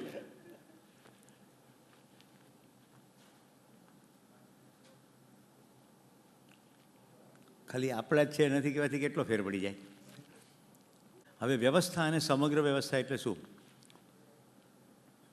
મહારાષ્ટ્ર એક વ્યવસ્થા, ભારત એક મોટી વ્યવસ્થા, એક રાજ્ય વ્યવસ્થા, એક રાષ્ટ્ર વ્યવસ્થા. પકડાય છે?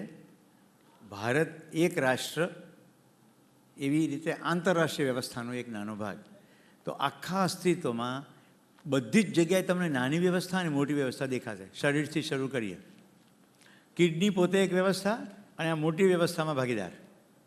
હૃદય પોતે એક વ્યવસ્થા, આખી વ્યવસ્થામાં ભાગીદાર. આંખ પોતે એક વ્યવસ્થા, આખી વ્યવસ્થામાં ભાગીદાર.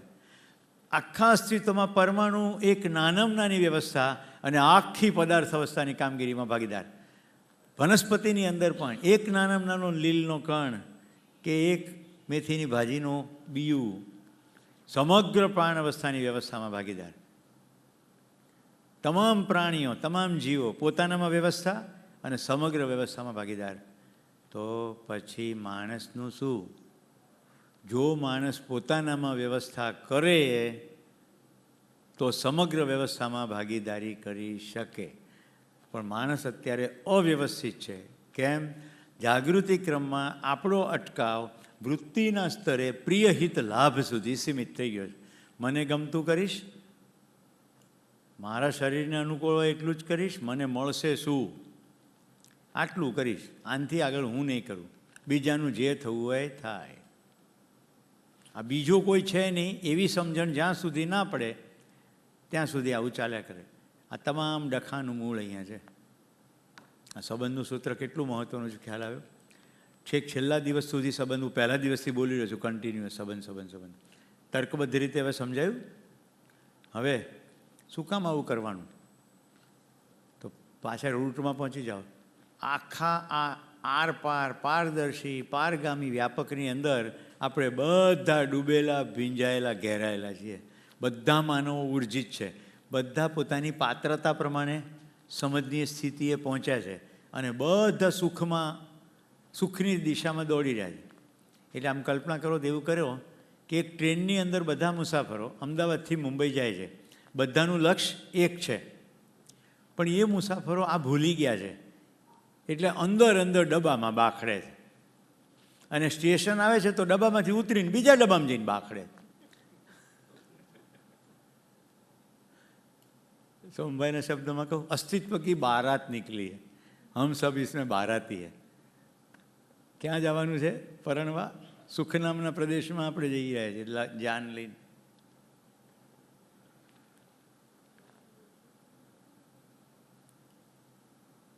કેટલી વેરાયટીના લોકો છે. આનંદ કહે પરમાનંદાને બાપલા માણહે ફેર, 1 લાખ દેતા ન મળે ને બીજા ત્રાંબિયાના 13. આ શું છે એકચ્યુઅલી?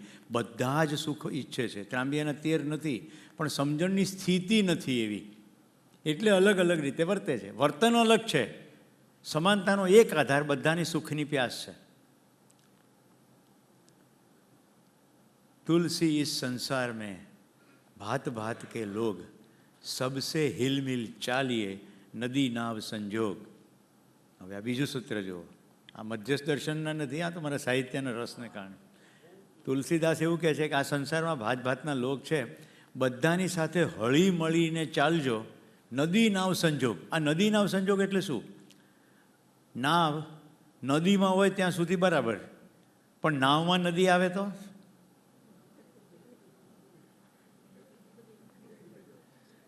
નાવ નદીમાં હોય ત્યાં સુધી બરાબર, પણ નદી નાવમાં આવે તો? રામકૃષ્ણ પરમહંસ ઉપદેશના સારમાં એવું કહેતા કે સંસારમાં રહેવાનું છે, પણ મનમાં સંસાર આવવો જોઈએ નહીં. એટલે આ જે ખટપટવાળો સંસાર છે એમાં રહેવાનું છે, પણ એ ખટપટ મારા મનમાં ના આવવી જોઈએ. આ જોઈએની ભાષા રેફરન્સના સંદર્ભમાં કહી રહ્યો છે. चित्रकूट के घाट पे भई संतन की भीड़, तुलसीदास चंदन घसे तिलक करे रघुवीर. સ્ટોરી એવું કહે છે કે તુલસીદાસજી આવી રીતે ચંદન ઘસતા અને ઘાટ ઉપર જતા આવતા લોકોને ચંદનની અર્ચા કરતા. ત્યારે એવો ભાવ સેવતા કે હું એ રામ માટે ઘસી રહ્યો છું અને જે ક્ષણે જેને કરું છું એ જ રામ છે. ચિત્રકૂટ કે ઘાટ પે ભઈ સંતન કી ભીડ, તુલસીદાસ ચંદન ઘસે તિલક કરે રઘુવીર. મને આ બધા સંતો પ્રત્યે એટલો કૃતજ્ઞતાનો ભાવ થાય છે. એમને જેટલું જેટલું દેખાયું ને એને બહુ સિમ્પલ ફોર્મમાં મૂકી દીધું. કબીર સાહેબનું જે ભજન મેં સવારે ગાયું હતું, મોકો કહાં ઢૂંઢે રે બંદે, મેં તો તેરે પાસ મેં, ના મેં તપ મેં, ના મેં તીરથ મેં, ના મેં કાશી કૈલાસ મેં, खोजी हो तो एक पल में मिल जाऊं, खोजी हो तो तुरंत मिल जाऊं, एक पल की तलाश में, मैं तो हूँ विश्वास में. તો સ્વયંમાં વિશ્વાસ ને બીજાની ઉપર વિશ્વાસ આવે એવી સ્થિતિનું નિર્માણ થાય ત્યારે એ અનુભૂતિને કહ્યું બ્રહ્માનુભૂતિ. અધ્યાત્મ શું છે? જેનો અધિષ્ઠાનમાં આત્મા છે, જેના બેઝમાં આત્મા છે, એટલે અનુભવ તરફ જવાનું ગતિ લક્ષ્ય છે. એ જગતનું નામ, એ યાત્રાનું નામ અધ્યાત્મ યાત્રા છે. બોલો, અત્યારે 3 દિવસમાં કોઈ પૂજાપાઠ કરવાની વાત મેં કરી, પણ અહીંયા ઘણાના માથા ઉપર તિલકો છે એટલે એમનું ધ્યાન દોરું છું. તમામ પ્રકારના કર્મકાંડો એકમાત્ર ટૂલ છે એકાગ્રતા માટેનું, એકાગ્રતા કેળવવાનું. એકવાર ધ્યાન એકાગ્રતાથી જતું રહે તો એ જ ક્ષણે વ્યવસ્થા સમજાય છે. આપણી અંદર એવી કેપેસિટી છે, બધા બધું સમજી જ શકે છે, પણ આપણું ધ્યાન એ તરફ જતું નથી. તો ધ્યાન દેવું પડે. તો પાત્રતાનો વિકાસ કરવા માટે ધ્યાન કરવાનું નથી, બલકે ધ્યાન દેવાનું છે. કોઈ પુસ્તક પણ વાંચો ને તો ધ્યાનથી વાંચો, જો શું કહી રહ્યું છે, કહ્યું છે, પછી પોતાને પૂછો આમાં લખ્યું છે એવું હોય તો કેટલું કામ કરવાનું થાય. કોઈ પણ શબ્દ છે એનો કોઈક અર્થ છે અને અસ્તિત્વમાં એને અનુરૂપ કોઈક વસ્તુ છે. જેમ કે શબ્દ છે પાણી, તો એનો હોવાનો અર્થ છે પાણી તરસ બુજાવવા માટે, શરીરના પોષણ માટે, સમગ્ર જીવસૃષ્ટિ માટે છે. અને અસ્તિત્વમાં વસ્તુ તરીકે પાણી જોઈ શકીએ છીએ ને. આટલી સિક્વન્સ મેચ થાય એટલું કામનું. એવો શબ્દ હોય જેનો કોઈ અર્થ ના હોય અને એને બતાવી ના શકાય એટલે ભ્રમ. એવો શબ્દ જેનો કોઈ અર્થ નથી અને અસ્તિત્વમાં વસ્તુ નથી. રાઈટ? હવે બધા જો રેડી હોય તો એક છલાંગ મારીએ સમજણની દિશામાં. જરા 2 હાથ ઉપર કરો, કારણ કે હવે જે કેટલાક બિંદુઓ કહેવા જઈ રહ્યો છું આની સાથે સંકળાયેલ. ઊંડો શ્વાસ લો.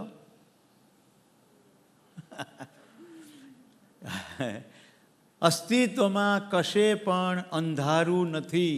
આખું અસ્તિત્વ પ્રકાશમાન છે. હાથ નીચે કરી દો. જેટલી ફ્રીક્વન્સી આપણને દેખાય છે એનાથી બીજી કેટલી ફ્રીક્વન્સી બીજા ઘણા જીવજંતુને દેખાય છે જે આપણને દેખાતી નથી. આખું અસ્તિત્વ પ્રકાશમાન છે, કશે અંધારું છે જ નહીં. જે લોકોનું વૈજ્ઞાનિક બેકગ્રાઉન્ડ છે ને થોડું અંદર ખટપટ થાય. આખા અસ્તિત્વમાં કશે પણ ટાઢોળું નથી, ઠંડી નથી, બધે ઉષ્મા જ ઉષ્મા છે. નહીં ફાપે. હિમાલયમાં 2 ડિગ્રી કહેતા હતા ને, તોય કહું છું કે ઉષ્મા જ ઉષ્મા છે. અને છેલ્લું સૂત્ર જેના કારણે મેં તમને શ્વાસ લેવાનું કીધું, અસ્તિત્વમાં કશે દુઃખ નથી, સુખ જ સુખ છે. લ્યો કરો વાત, હવે કરો, સમજાવો. રાઈટ? તો અંધારાથી શરૂ કરીએ. જે હોય ને એની સાથે ડીલિંગ થાય. આ તમે લ્યો, આ પેન છે એટલે મેં એમને આપીને, પેન છે એટલે આપી, ના હોય તો આપી શકું.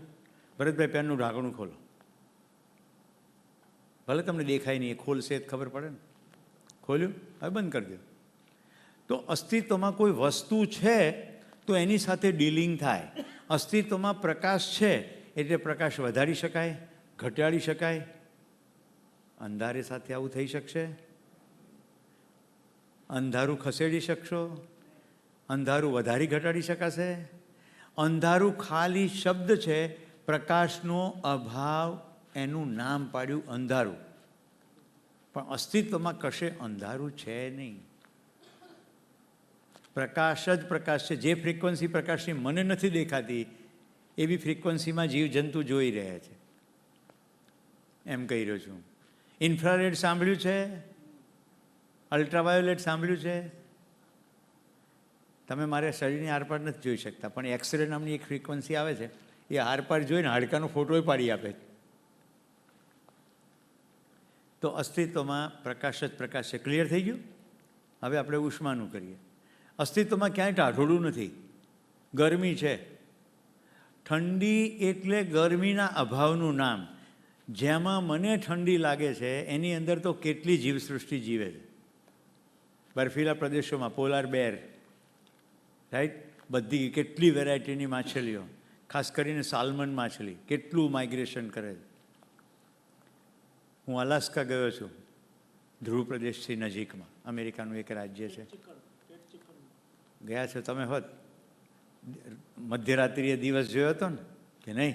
એ સ્થિતિએ પહોંચ્યા હતા. ધ્રુવથી એકદમ નજીક પહોંચીએ ત્યારે સતત જ અજવાળું રહે. દિવસ પૂરો થઈ જાય પછી અજવાળું જ રહે. સૂર્ય ના દેખાય પણ અજવાળું ખૂબ હોય. એ પણ પાછું જુદું છે. નોર્થ લાઇટ, હા, અજવાળું અજવાળું.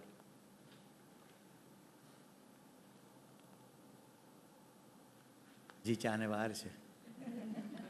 બેને છે ને વિશ્વરૂપ દર્શન યોગ કરાવ્યો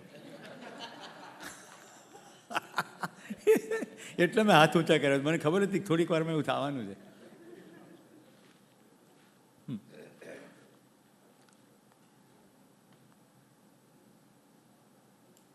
મેં 2 સૂત્રો કીધા. પ્રકાશ છે, અંધારું નથી. ઉષ્મા છે. હવે કોઈને એમ થાય ઠંડીનો અનુભવ તો થાય છે. ઠંડીનો અનુભવ થાય છે, મને સંવેદનાનો અનુભવ થાય છે. મને ઠંડુ લાગે છે એની ના નહીં, પણ શું ઠંડી વધારી ઘટાડી શકાય છે ટેકનિકલી? એસી અને ફ્રીજમાં પણ ઠંડી વધારી નથી ઘટાડી શકાતી. ઉષ્માને ખસેડી દેવામાં આવે છે. ગરમી છે એનો વધારો ઘટાડો થઈ શકે છે, ઠંડીમાં કંઈ થઈ શકતું નથી, કારણ કે છે નહીં. અસ્તિત્વમાં જે વસ્તુ છે નહીં એનું ડીલિંગ કેવી રીતે કરો? પેન છે તો ભરતભાઈ ઢાંકણું ખોલ્યું, કંઈક છે તો એનું કામ થાય. હવે સમજણ ખરી? ટેમ્પરેચર વધારી ઘટાડી શકાય, ઉષ્મા વધારી ઘટાડી શકાય, ઠંડી વધારી ઘટાડી શકાતી નથી. એસીમાં ઠંડી કરતા નથી, ઉષ્મા ખસેડી લઈએ છીએ. એટલે હું આ વિજ્ઞાનના વિદ્યાર્થી હોય ને ત્યારે એમ કહું કે રૂમ બંધ કરી દઈએ અને ફ્રીજ ચાલુ રાખીએ તો રૂમ ઠંડો થાય કે નહીં? રૂમ ઠંડો થાય કે નહીં? ના થાય, કારણ કે જે શોષ્યું છે એ પાછું છોડે ફ્રીજમાંથી. ફ્રીજની અંદર થાય છે શું? અંદર વસ્તુ ઠંડી રહે, રાઈટ, પણ એની ફરતે બધેથી છોડે ગરમી. એટલે કેમ કે થોડું ડિસ્ટન્સ રાખવાનું, પાછળ જાળી પણ આવે. એટલે ફ્રીજ ખુલ્લું રાખવાથી રૂમ ઠંડો ન થાય. ટૂંકમાં ઠંડુનું કશું થઈ શકે નહીં, ઠંડી છે નહીં. આટલે સુધી સમજ્યા? સૌથી ઇમ્પોર્ટન્ટ શું છે? ત્રીજું સૂત્ર. અસ્તિત્વમાં સુખ જ સુખ છે, ક્યાંય દુઃખ નથી. એટલે શું? અસ્તિત્વ વ્યવસ્થિત છે, સજેલું છે, એની સમજણ પડી જાય એટલે સુખ છે. સમજણ ના પડે એ સ્થિતિનું નામ દુઃખ છે. સુખ કા ના હોના એટલે મિત્રો દુઃખને વધારી ઘટાડી શકાતું નથી, સમજણ વધારી ઘટાડી શકાય છે. એટલે સમજણ વધતી જાય એમ સુખની અનુભૂતિ વધતી જાય. અને આપણે અત્યાર સુધી શું કર્યું છે? દુઃખ ઘટાડો. दूसरों के दुखड़े दूर करने वाले तेरे दुख दूर. તું બીજાના દુખડા દૂર કર, પોતાનું કરી શકતો નથી, બીજાને કેવી રીતે કરે? દુઃખ છે નહીં તો દૂર કેવી રીતે કરશું? આટલું જીવન વિદ્યા પ્રસારમાં કેવી રીતે આવ્યું એની એક સ્ટોરી કહું છું. હું જેની પાસેથી આ જીવન વિદ્યા શીખ્યો એ સોમ ત્યાગીજી, ઇલેક્ટ્રોનિક્સ કમ્પ્યુટર એન્જિનિયર થયેલા, પણ પહેલેથી જ જૂની આગળના શરીરની યાત્રાઓ છે એને પણ બહુ પ્રશ્નો હતા. એટલે એમણે નોકરી બોકરી ના કરી અને એમ નક્કી કર્યું કે સેવામાં જવું છે. એટલે છત્તીસગઢ જતા રહ્યા, નક્સલાઇટ એરિયામાં, આદિવાસીઓનું દુખડું દૂર કરવા. આદિવાસીના દુખડા દૂર કરતાં કરતાં જોયું આદિવાસીઓ પગભર થઈ ગયા, પૈસા આવી ગયા અને મંડ્યા બાટલા ચડાવવા. એટલે એમને થયું કે આ 15 વર્ષની મહેનત પછી આપણે એમને એક દુઃખમાંથી બીજા દુઃખમાં નાખ્યા. એટલે એમને થયું કે આ બરાબર તો થયું નહીં. એટલે આગળ યાત્રામાં જીવન વિદ્યા એમને આવી ગઈ. એટલે ખબર પડી ગઈ, તમે કોઈને રોજગાર આપો પણ સમજણ ના આપો તો રોજગારથી પૈસા મળ્યા પછી વળી પાછા નવા દુઃખો ઊભો કરશે. એના કરતાં રોજગાર નહોતો તો નાના દુઃખ હતા, હવે મોટા દુઃખ ઊભા કરશે. સમજાઈ જાય છે ને એકદમ ઇઝીલી? તો દુઃખ છે નહીં એટલે દુઃખ ઘટાડવાનો પ્રયત્ન નથી કરવાનો. સુખ નથી એનું કારણ સમજણનો અભાવ છે. એ સ્થિતિનું નામ આપણે દુઃખ કીધું છે. તો સમજણ વધારવાનું કામ કરવાનું. સામેવાળો માણસ પહેલા દિવસે પ્રશ્ન આવ્યો હતો ને, સમજતો નથી, મારી વાત માનતો નથી, એ જે નથી કરતો એની ઉપર કામ કરીએ છીએ. કામ શું કરવાનું છે? એની સમજણમાં વધારો કેવી રીતે થાય, ધ્યાન કેવી રીતે ખેંચાય. એક પરિવારની વાત કરું છું. ભાઈને જીવન વિદ્યા કરી લીધી. ઘરમાં 6 માણસો, બધા કે તું તો બકવાસ છે, આ જીવન વિદ્યામાં તો કંઈ થાય નહીં. પેલા એને ખબર પડી ગઈ હતી કે આમાં બીજો કોઈ રસ્તો છે જ નહીં. મારું જ્યાં ધ્યાન ગયું છે ત્યાં આ લોકોનું ધ્યાન ના જાય ત્યાં સુધી કંઈ થાય એમ નથી. એટલે એણે પોતાનો અભ્યાસ ચાલુ રાખ્યો બધાના. કારણ કે એણે અભ્યાસ ચાલુ રાખ્યો એટલે એના આચરણમાં ફેર પડવા માંડ્યો. આચરણમાં ફેર પડ્યો એટલે બધાનું ધ્યાન ગયું. મારા એક ભાઈનું નામ છે હસમુખ પટેલ, ડૉક્ટર, દાહોદ, દેવગઢ બારિયા. જો શું બન્યું, મધુમતીબેન એમના પત્ની જીવન વિદ્યા શિબિરમાં આવ્યા. શિબિર પત્યા પછી હું રોજ સવારે 7:30 થી 8:30 અત્યારે એ દિવસોમાં 7 થી 8 આની આ શિબિરનું વિષય વસ્તુ ધીમે ધીમે સમજાવું. તમારામાંથી પણ જે લોકોને રસ હોય પછી ગ્રુપમાં જોડાઈ શકે. 1 કલાક રોજ સવારે હોય તો ડિટેલમાં કોઈ એક કન્સેપ્ટ ઉપર વાત થાય. એ અધ્યયનમાં જોડાયા. એના પતિ આ હસમુખભાઈ આ બધામાં કંઈ માને નહીં. એ હોમિયોપેથ ડૉક્ટર. મધુમતીબેન કોમ્પ્યુટરની સામે બેસીને ગોષ્ઠી એટેન્ડ કરે. આ હસમુખભાઈ આગળ પાછળ પાછા આંટા મારતા હોય, દાઢી બ્રશ કરતા હોય, એના કાનમાં 1-2 શબ્દો પડે. એમ કરતાં કરતાં એક દિવસ બેસી ગયા અને અત્યારે એ જે ગ્રુપ ચાલે છે ને એની જવાબદારી ઉપાડી જાય. એમના ઘરે હું 3 વાર દાવગઢ બારિયા જઈ આવ્યો અને કેવા ઊંધે કાંધ પડ્યા છે.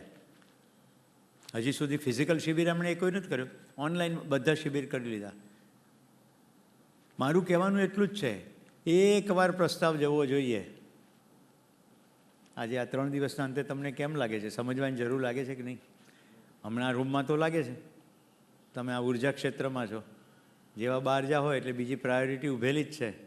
એ વખતે જો તમને એમ થાય કે સમજણથી સુખ છે અને મારે નિરંતર સુખ જોઈએ છે તો મારે બધું સમજવું જરૂરી છે, તો હવે આ મારી પ્રાયોરિટીમાં છે. તો દૈનિક કેટલો સમય કાઢવો એવું તમે નક્કી કરશો. થોડોક સમય રોજનો નક્કી કરશો તો ક્રમશઃ ઘેર બેઠા યુટ્યુબના માધ્યમથી ખૂબ બધું સમજી લેવાશે. શિબિરો રેકોર્ડેડ સ્વરૂપમાં ઉપલબ્ધ છે, ઇંગ્લિશમાં, હિન્દીમાં, ગુજરાતીમાં. ગુજરાતીમાં તો આ રૂમમાં થયેલો શિબિર ખૂબ સારી રીતે રેકોર્ડ થયો છે, જેની સવારે મેં વાત કરી વાલમ ટીવી. રાજુભાઈએ બધાને નંબર માટે પેડ ફેરવ્યું હતું, બધાએ લખી નાખ્યા નામ નંબર, તો તમને ગ્રુપમાં જોડી દેશે, ત્યાં લિંક મૂકશે, જોજો. મારી ભલામણ છે 1થી વધુ પ્રબોધકોને સાંભળજો. મારો ગુજરાતી શિબિર 5 દિવસનો પહેલાં જોજો, કારણ કે આ ટૂંકો જોયો છે તો પહેલો પૂરો શિબિર જુઓ, પછી બીજા પ્રબોધકોના લિંક મૂકશે. તો કહેવાની શૈલી બધાની અલગ અલગ છે. અસ્તિત્વમાં વસ્તુ તો એક જ છે. હું ઉદાહરણો ગીતોથી કહું છું, વિડીયો બતાડું છું, બધા એવી રીતે નથી કરતા. જુદી જુદી બધાની શૈલી હોય તો અલગ અલગ શૈલીથી પણ વસ્તુ તો એક જ પકડવાની. તો શબ્દ, અર્થ અને વસ્તુ. શબ્દથી અર્થ અને અર્થથી વસ્તુ સુધી પહોંચવાની પ્રક્રિયાનું નામ છે અધ્યયન. પ્રત્યેક શિબિર પત્યા પછી અધ્યયનમાં જવાનું છે, જેથી વધારે ડિટેલમાં પકડાય. આ 23 થી 29 તારીખ મોન્ટેરિયા ખાતે જે શિબિર થવા જઈ રહ્યો છે એનું નામ જ છે અધ્યયન બિંદુ શિબિર. એટલે જીવન વિદ્યાના મુખ્ય બિંદુ ઉપર ડિટેલમાં સ્ટડી કરવામાં આવશે. ઓકે, જેને જવું હોય એમાં લિંક મૂકશું. તો ફરી પાછા સંબંધના સૂત્રમાં આવીએ. હું વ્યવસ્થા અને સમગ્ર વ્યવસ્થાની વાત કરતો હતો. તો આખા આપણા શરીરમાં કિડની પોતાનામાં એક વ્યવસ્થા અને આખા શરીરની વ્યવસ્થામાં ભાગીદારી. એમ કિડનીની અંદર જોઈશું ને તો એમાં લેંગરહેન્સના સેલમાં પોતાનામાં એક વ્યવસ્થા અને કિડનીની વ્યવસ્થામાં ભાગીદારી. આંખમાં જોઈશું તો કીકી પોતાનામાં એક વ્યવસ્થા અને આખી આંખની વ્યવસ્થામાં ભાગીદારી. એમ આખું અસ્તિત્વ આવી રીતે સજેલું છે, પોતાનામાં વ્યવસ્થા અને સમગ્ર વ્યવસ્થામાં ભાગીદારી. માણસ જો પોતે વ્યવસ્થિત થઈ જાય તો સમગ્ર વ્યવસ્થામાં ભાગીદારી કરી શકે અને સુખ જ સુખ થાય, કારણ કે સુખની વ્યવસ્થા ઉપલબ્ધ છે. એટલે અસ્તિત્વમાં ક્યાંય દુઃખ નથી, સુખ જ સુખ છે. જેટલી સમજણ એટલી સુખ. આ અમને ન મળ્યું હોત તો તમારી વચ્ચે ન આવ્યા હોત. જેટલી શિબિર ચાલતી જાય એટલું મારું વધુ ને વધુ સટીક શાર્પ ધ્યાન જતું જાય, એટલું રિપીટ થતું જાય, એટલું વધારે ને વધારે એમાં દૃઢતા આવતી જાય. જ્યાં સુધી લક્ષ્ય સુધી ના પહોંચાય ત્યાં સુધી જે પ્રક્રિયા થાય એનું નામ સાધના. આ સાધના છેલ્લા 3 દિવસથી તમે જે કરી રહ્યા છો એ છે ઉપવાસ. ભોજન સાથેનો ઉપવાસ, કેવું જલસા! સમજવા માટેની યાત્રા, ઉપવાસ. તો આટલા સંબંધો છે. સંબંધોનું સૂત્ર ક્લિયર થઈ ગયું કે કોઈને કંઈ પ્રોબ્લેમ, કોઈ પ્રશ્ન? પ્રશ્ન પણ નહીં. કેટલા સુખમય છે મુંબઈના લોકો બધા. હવે બે માનવોને જોડવાની સમાનતા શેની કરવી, આ વાક્ય પણ પહેલાં કીધું છે. ધર્મ શબ્દ ઉપર હવે જઈએ છીએ. ધર્મ પરિવર્તન અસંભવ ઘટના છે. પરિવર્તન અસંભવ ઘટના છે, મતલબ કે ધર્મ આપણે સમજ્યા નથી એટલે તો ધર્મ પરિવર્તન કરીએ છીએ. અસ્તિત્વમાં કેટલી અવસ્થા ભરતભાઈ? તમારી ટ્રેનિંગ ચાલુ કરી મેં. અસ્તિત્વમાં કેટલી વ્યવસ્થા? ધર્મ સમજાવવા જઈ રહ્યો છું. અસ્તિત્વમાં કેટલી અવસ્થા? તમે ભરતભાઈ છો? મેં કીધું એમને ટ્રેનિંગ ચાલુ કરી. પ્રબોધકનું નામ તો લીધું જ ને મેં. હા બોલો. અસ્તિત્વ એમને 50,000નો દંડ કરો. ભાઈ કોને ખબર છે અસ્તિત્વમાં કેટલી અવસ્થા? હા તમે કહો.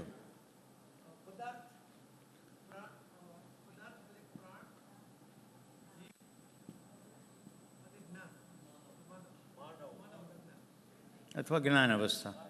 જો અવસ્થા કીધું છે, વ્યક્તિ નથી, કોઈ એક પદાર્થની વાત નથી, આખી અવસ્થા. પદાર્થ અવસ્થામાં કદી મિટાવી શકાશે નહીં, એનો ધર્મ છે અસ્થિ.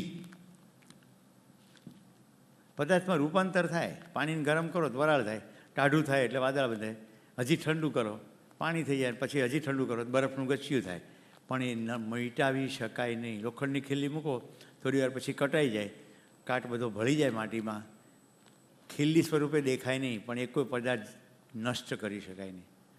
પદાર્થનો નાશ અસંભવ છે, એટલે પદાર્થ હંમેશા અસ્થિ છે ને છે.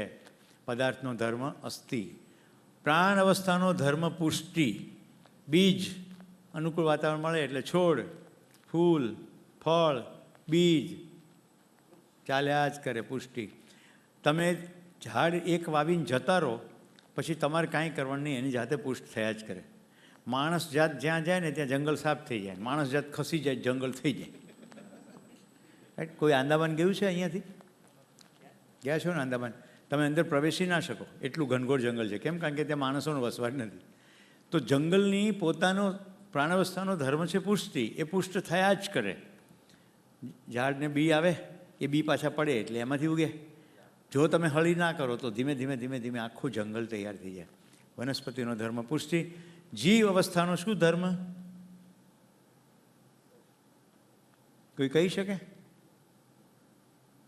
4 પ્રવૃત્તિ કીધી ને, આહાર, નિદ્રા, ભય અને પ્રજનન. આહાર શેના માટે? શરીર ચલાવવા માટે. નિદ્રા શેના માટે? શરીર ટકાવવા માટે, આરામ કરે ને. ભય શરીર ટકાવવા માટે. મૈથુન, પ્રજનન શરીરની પરંપરા ચાલતી રહે એના માટે, બધું શરીરના અર્થમાં. જીવ અવસ્થાનો ધર્મ જીવવાની આશા. સતત ધ્યાન રાખે કે મરી ના જાય. રાઈટ? બધા નાની ચકલીથી લઈને મોટા પ્રાણીઓ ચોકન ના હોય, કોઈ જગ્યાએથી મૃત્યુ તો નથી આવતું ને. જીવવાની સતત આશા. માણસનો શું ધર્મ? આ ધર્મ બતાડી રહ્યો છું. જીવ અવસ્થામાં જીવવાની આશા. આપણી બધી પ્રવૃત્તિઓ સતત ને સતત શેના માટે છે? શું કામ જાણવું છે બધું? શું કામ આપણે સતત જાણવાનો પ્રયત્ન કરીએ?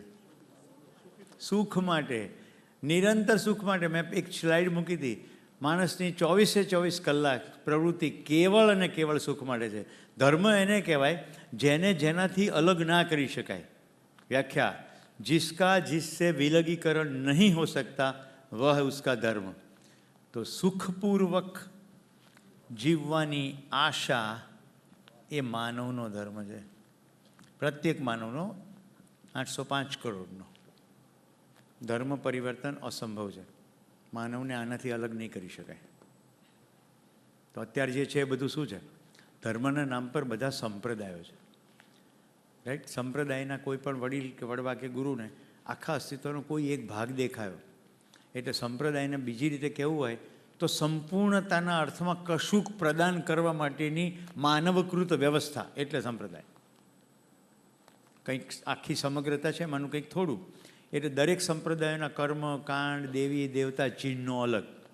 રાઈટ? તમે કપાળ બધાના જોશો તો ખ્યાલ આવશે, 1 લીટી, 2 લીટી, નાની લીટી, મોટી લીટી, ટપકાવાળી લીટી, આ બધા ચિહ્નો. તમે કોઈ ખોટું નથી લગાડી રહ્યા ને, કારણ કે આપણે કશું વિરોધ નથી કરી રહ્યા, આપણે સીધું ધ્યાન દોરી રહ્યા છીએ કે શું ચાલી રહ્યું છે. તો સંપ્રદાયની અંદર વિવિધ ચિહ્નો છે. પછી કોડ ઓફ કન્ડક્ટ છે કે અમુક દિવસે ઉપવાસ કરવાનો, અથવા અમુક વસ્તુ નહીં ખાવાની, અમુક પહેરવાનું, અમુક મંત્રોચ્ચાર કરવાના. આ બધું સંપ્રદાયમાં છે. પણ માનવનો ધર્મ તો સુખપૂર્વક જીવવાની આશા છે. તો હિન્દુ, મુસ્લિમ, શીખ, ઈસાઈ ધર્મ છે કે સંપ્રદાય છે? સંપ્રદાય છે. કારણ કે ધર્મની વ્યાખ્યા પ્રમાણે એને એનાથી અલગ કરી શકાય એમ નથી. એટલે હિન્દુ હોય કે મુસ્લિમ હોય, બેયને સુખપૂર્વક જ જીવવું છે. એમના બંનેની માન્યતાઓ સુખ માટેની ભલે અલગ હોય. તો આ થયો ધર્મ. શું કોઈનો ધર્મ, એમ કે પદાર્થનો ધર્મ પ્રાણના ધર્મથી અલગ તો છે, પણ એની ખીચડી કોઈ રીતે થાય ખરી? જેમ કે પદાર્થ છે એને બહુ બધું ટ્રીટ કરો તો પુષ્ટિમાં આવે ખરો? કે ભાઈ લોખંડની ખીલી ઉપર એવો જાદુ કરીએ કે 1માંથી 2 થાય, 2માંથી 4 થાય, એવું થાય ખરું? અસંભવ. એવું આ બધા માટે.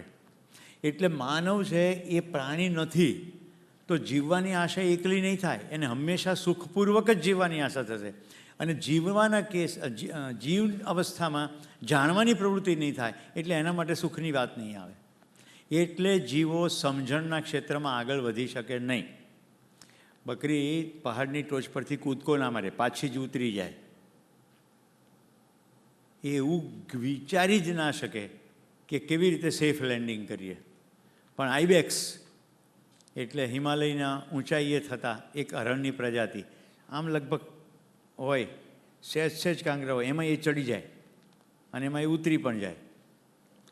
એને અંદર મેનેજ કરી લે. એ એની કુદરતે જે વ્યવસ્થા કરી છે એ રીતે. પણ એ એવું તો નહીં જ વિચારી શકે કે આ બધા પહાડો ચડે છે રોપની મદદથી, તે આપણે ઘાસનું એક દોરડું બનાવી લઈએ. માણસ ઉપરથી પડે ને ટાંટીઓ તૂટી જાય, મરી જાય એવું જોવે તોય આકાશમાં ઠેકડો મારે. કારણ કે સુખપૂર્વક જીવવાની આશામાં એના દિમાગમાં બેઠું કે સુખપૂર્વક જીવવામાં આમાંથી સુખ મેળવવું છે, એડ્રીનલિનનું કિક લાગે એનું સુખ લેવું છે, તો એમ કરશે. બધા જ પ્રયત્નો જેટલા છે બધા પોતાની અંદર ડોક્યું કરો. સંસારમાં જ્યારથી થોડી આંખ ઉઘડી અત્યાર સુધી તમે જે કંઈ કર્યું છે, સુખી થવા જ કર્યું કે કંઈ બીજું કંઈ કર્યું? થયા છો કે નહીં એ વાત જુદી છે, પણ પ્રયત્ન તો એ જ હતો ને. પરણ્યા શેના માટે? તો કે સુખી થવા. પછી એવો વિચાર આવે કે આ એને બદલે બીજાને પરણ્યા હોત તો સારું હતું. સામુદાયિક ભ્રમ. બીજો એક એવો ભ્રમ છે, આનામાં આટલો સુધારો થઈ જાય ને તો બહુ સારું. એ સુધારો થઈ જાય પછી બીજો દેખાય. આ નિરંતર આવું જ ચાલ્યા કરે. કારણ કે ઈચ્છા સુખી થવાની છે અને દ્રષ્ટિ બહાર છે. કોઈની વ્યક્તિમાં ફેર થશે તો સુખી થઈશ એવો ભ્રમ. હકીકતે સમજણથી સુખી થવાય. એટલે મારે સમજવું પડે, બીજાને બદલવાની જરૂર નથી. તો કેન્દ્ર વસ્તુ શું આવી? બીજો આમ કેમ કરે છે એની મને જો ખબર પડી જાય તો હસવા સિવાય કાંઈ ન થાય. એમ થાય આમ જ કરે ને, આવી સમજણ હોય બીજું શું કરે? પાગલ થઈ ગયો હોય માણસ તો બખાડા કરે કે ના કરે? ગમે તેમ વર્તે, નાગો થઈને ફરે, તો તમને એને જોઈને દુઃખ થાય? તમે જો હસો, પાગલ છે. શું કહેશો? 1 મિનિટ, પાગલ છે. જરા લીટી લાંબી કરી લો. આ શિબિર પત્યા પછી ઘણા પાગલો છે આજુબાજુ. હસવાનું. જ્યોતિન્દ્ર દવે એવું કહેતા હતા કે ગાંડાની હોસ્પિટલમાં વિઝિટ કરવા ગયા તો ગાંડા વાત કરતા હતા કે ગાંડાઓ જોવા આવ્યા છે આપણને.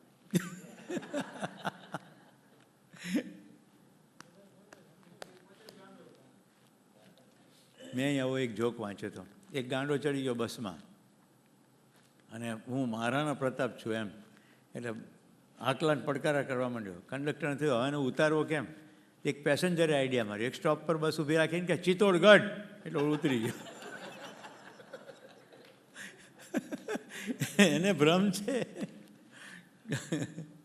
એક ગાંડો ટાવર પર ચડી ગયો.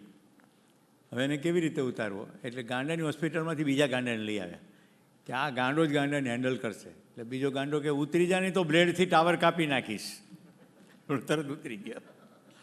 આ હસવામાં ઠીક છે, પણ તમે જુઓ, જેને ભ્રમ છે ગાંડા નથી તો બીજું શું છે? જ્યાં જે નથી ત્યાં મેળવવાની કોશિશ કરે, એનું નામ જ ગાંડા ને. આમ હવામાં વાત કરતા હોય ગાંડાઓ, રાઈટ? જ્યાં જે નથી, તો જ્યાં સુખ નથી ત્યાં સુખ શોધવાના પ્રયત્નમાં જે લાગેલા છે. બત્તી થઈ.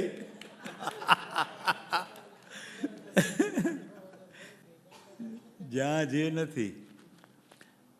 સમય થયો છે. ઇજિપ્તમાં બસરા શહેરમાં સંત રાબિયા રહેતા હતા. આ એક પ્રસંગ છે, એમાંથી તમને સ્પષ્ટતા થશે. એ દીવાના અજવાળે નીચે કશુંક શોધતા હતા. આ હરેશભાઈ ત્યાંથી નીકળ્યા કે તમે શું શોધો છો? તો કે મારી સોય ખોવાઈ ગઈ. એ શોધવા માંડ્યા ધૂળમાં, ફંફોસ્યું, પણ થોડી વાર ફંફોસ્યા પછી મળ્યું નહીં. એટલે હરેશભાઈ નજીક જઈને કે એક્ઝેક્ટ કોને કઈ જગ્યાએ ખોવાની? તો કે એક્ઝેક્ટલી તો ઝૂંપડીની અંદર ખોવાની. તો પણ અહીંયા કેમ શોધો છો? કે અહીંયા અજવાળું છે. શું તમારું સુખ, ખુશી સિનેમા થિયેટરના અંધારામાં ખોવાની હતી? ટેલિવિઝનની સિરિયલમાં ખોવાની હતી? જે ખુશી જ્યાં ખોવાની નથી ત્યાં શોધવાથી મળશે. તો સિરિયલમાંથી સુખ નહીં મળે, થિયેટરમાંથી સુખ નહીં મળે, મોહનથાળમાંથી સુખ નહીં મળે. જીભને સારું લાગશે, સુખ તો મોહનથાળ કોણ લઈ આવ્યું છે? સંબંધથી સુખ મળશે. સંબંધનું સુખ છે. ધન્યવાદ, નમસ્કાર, પીઓ ચાય.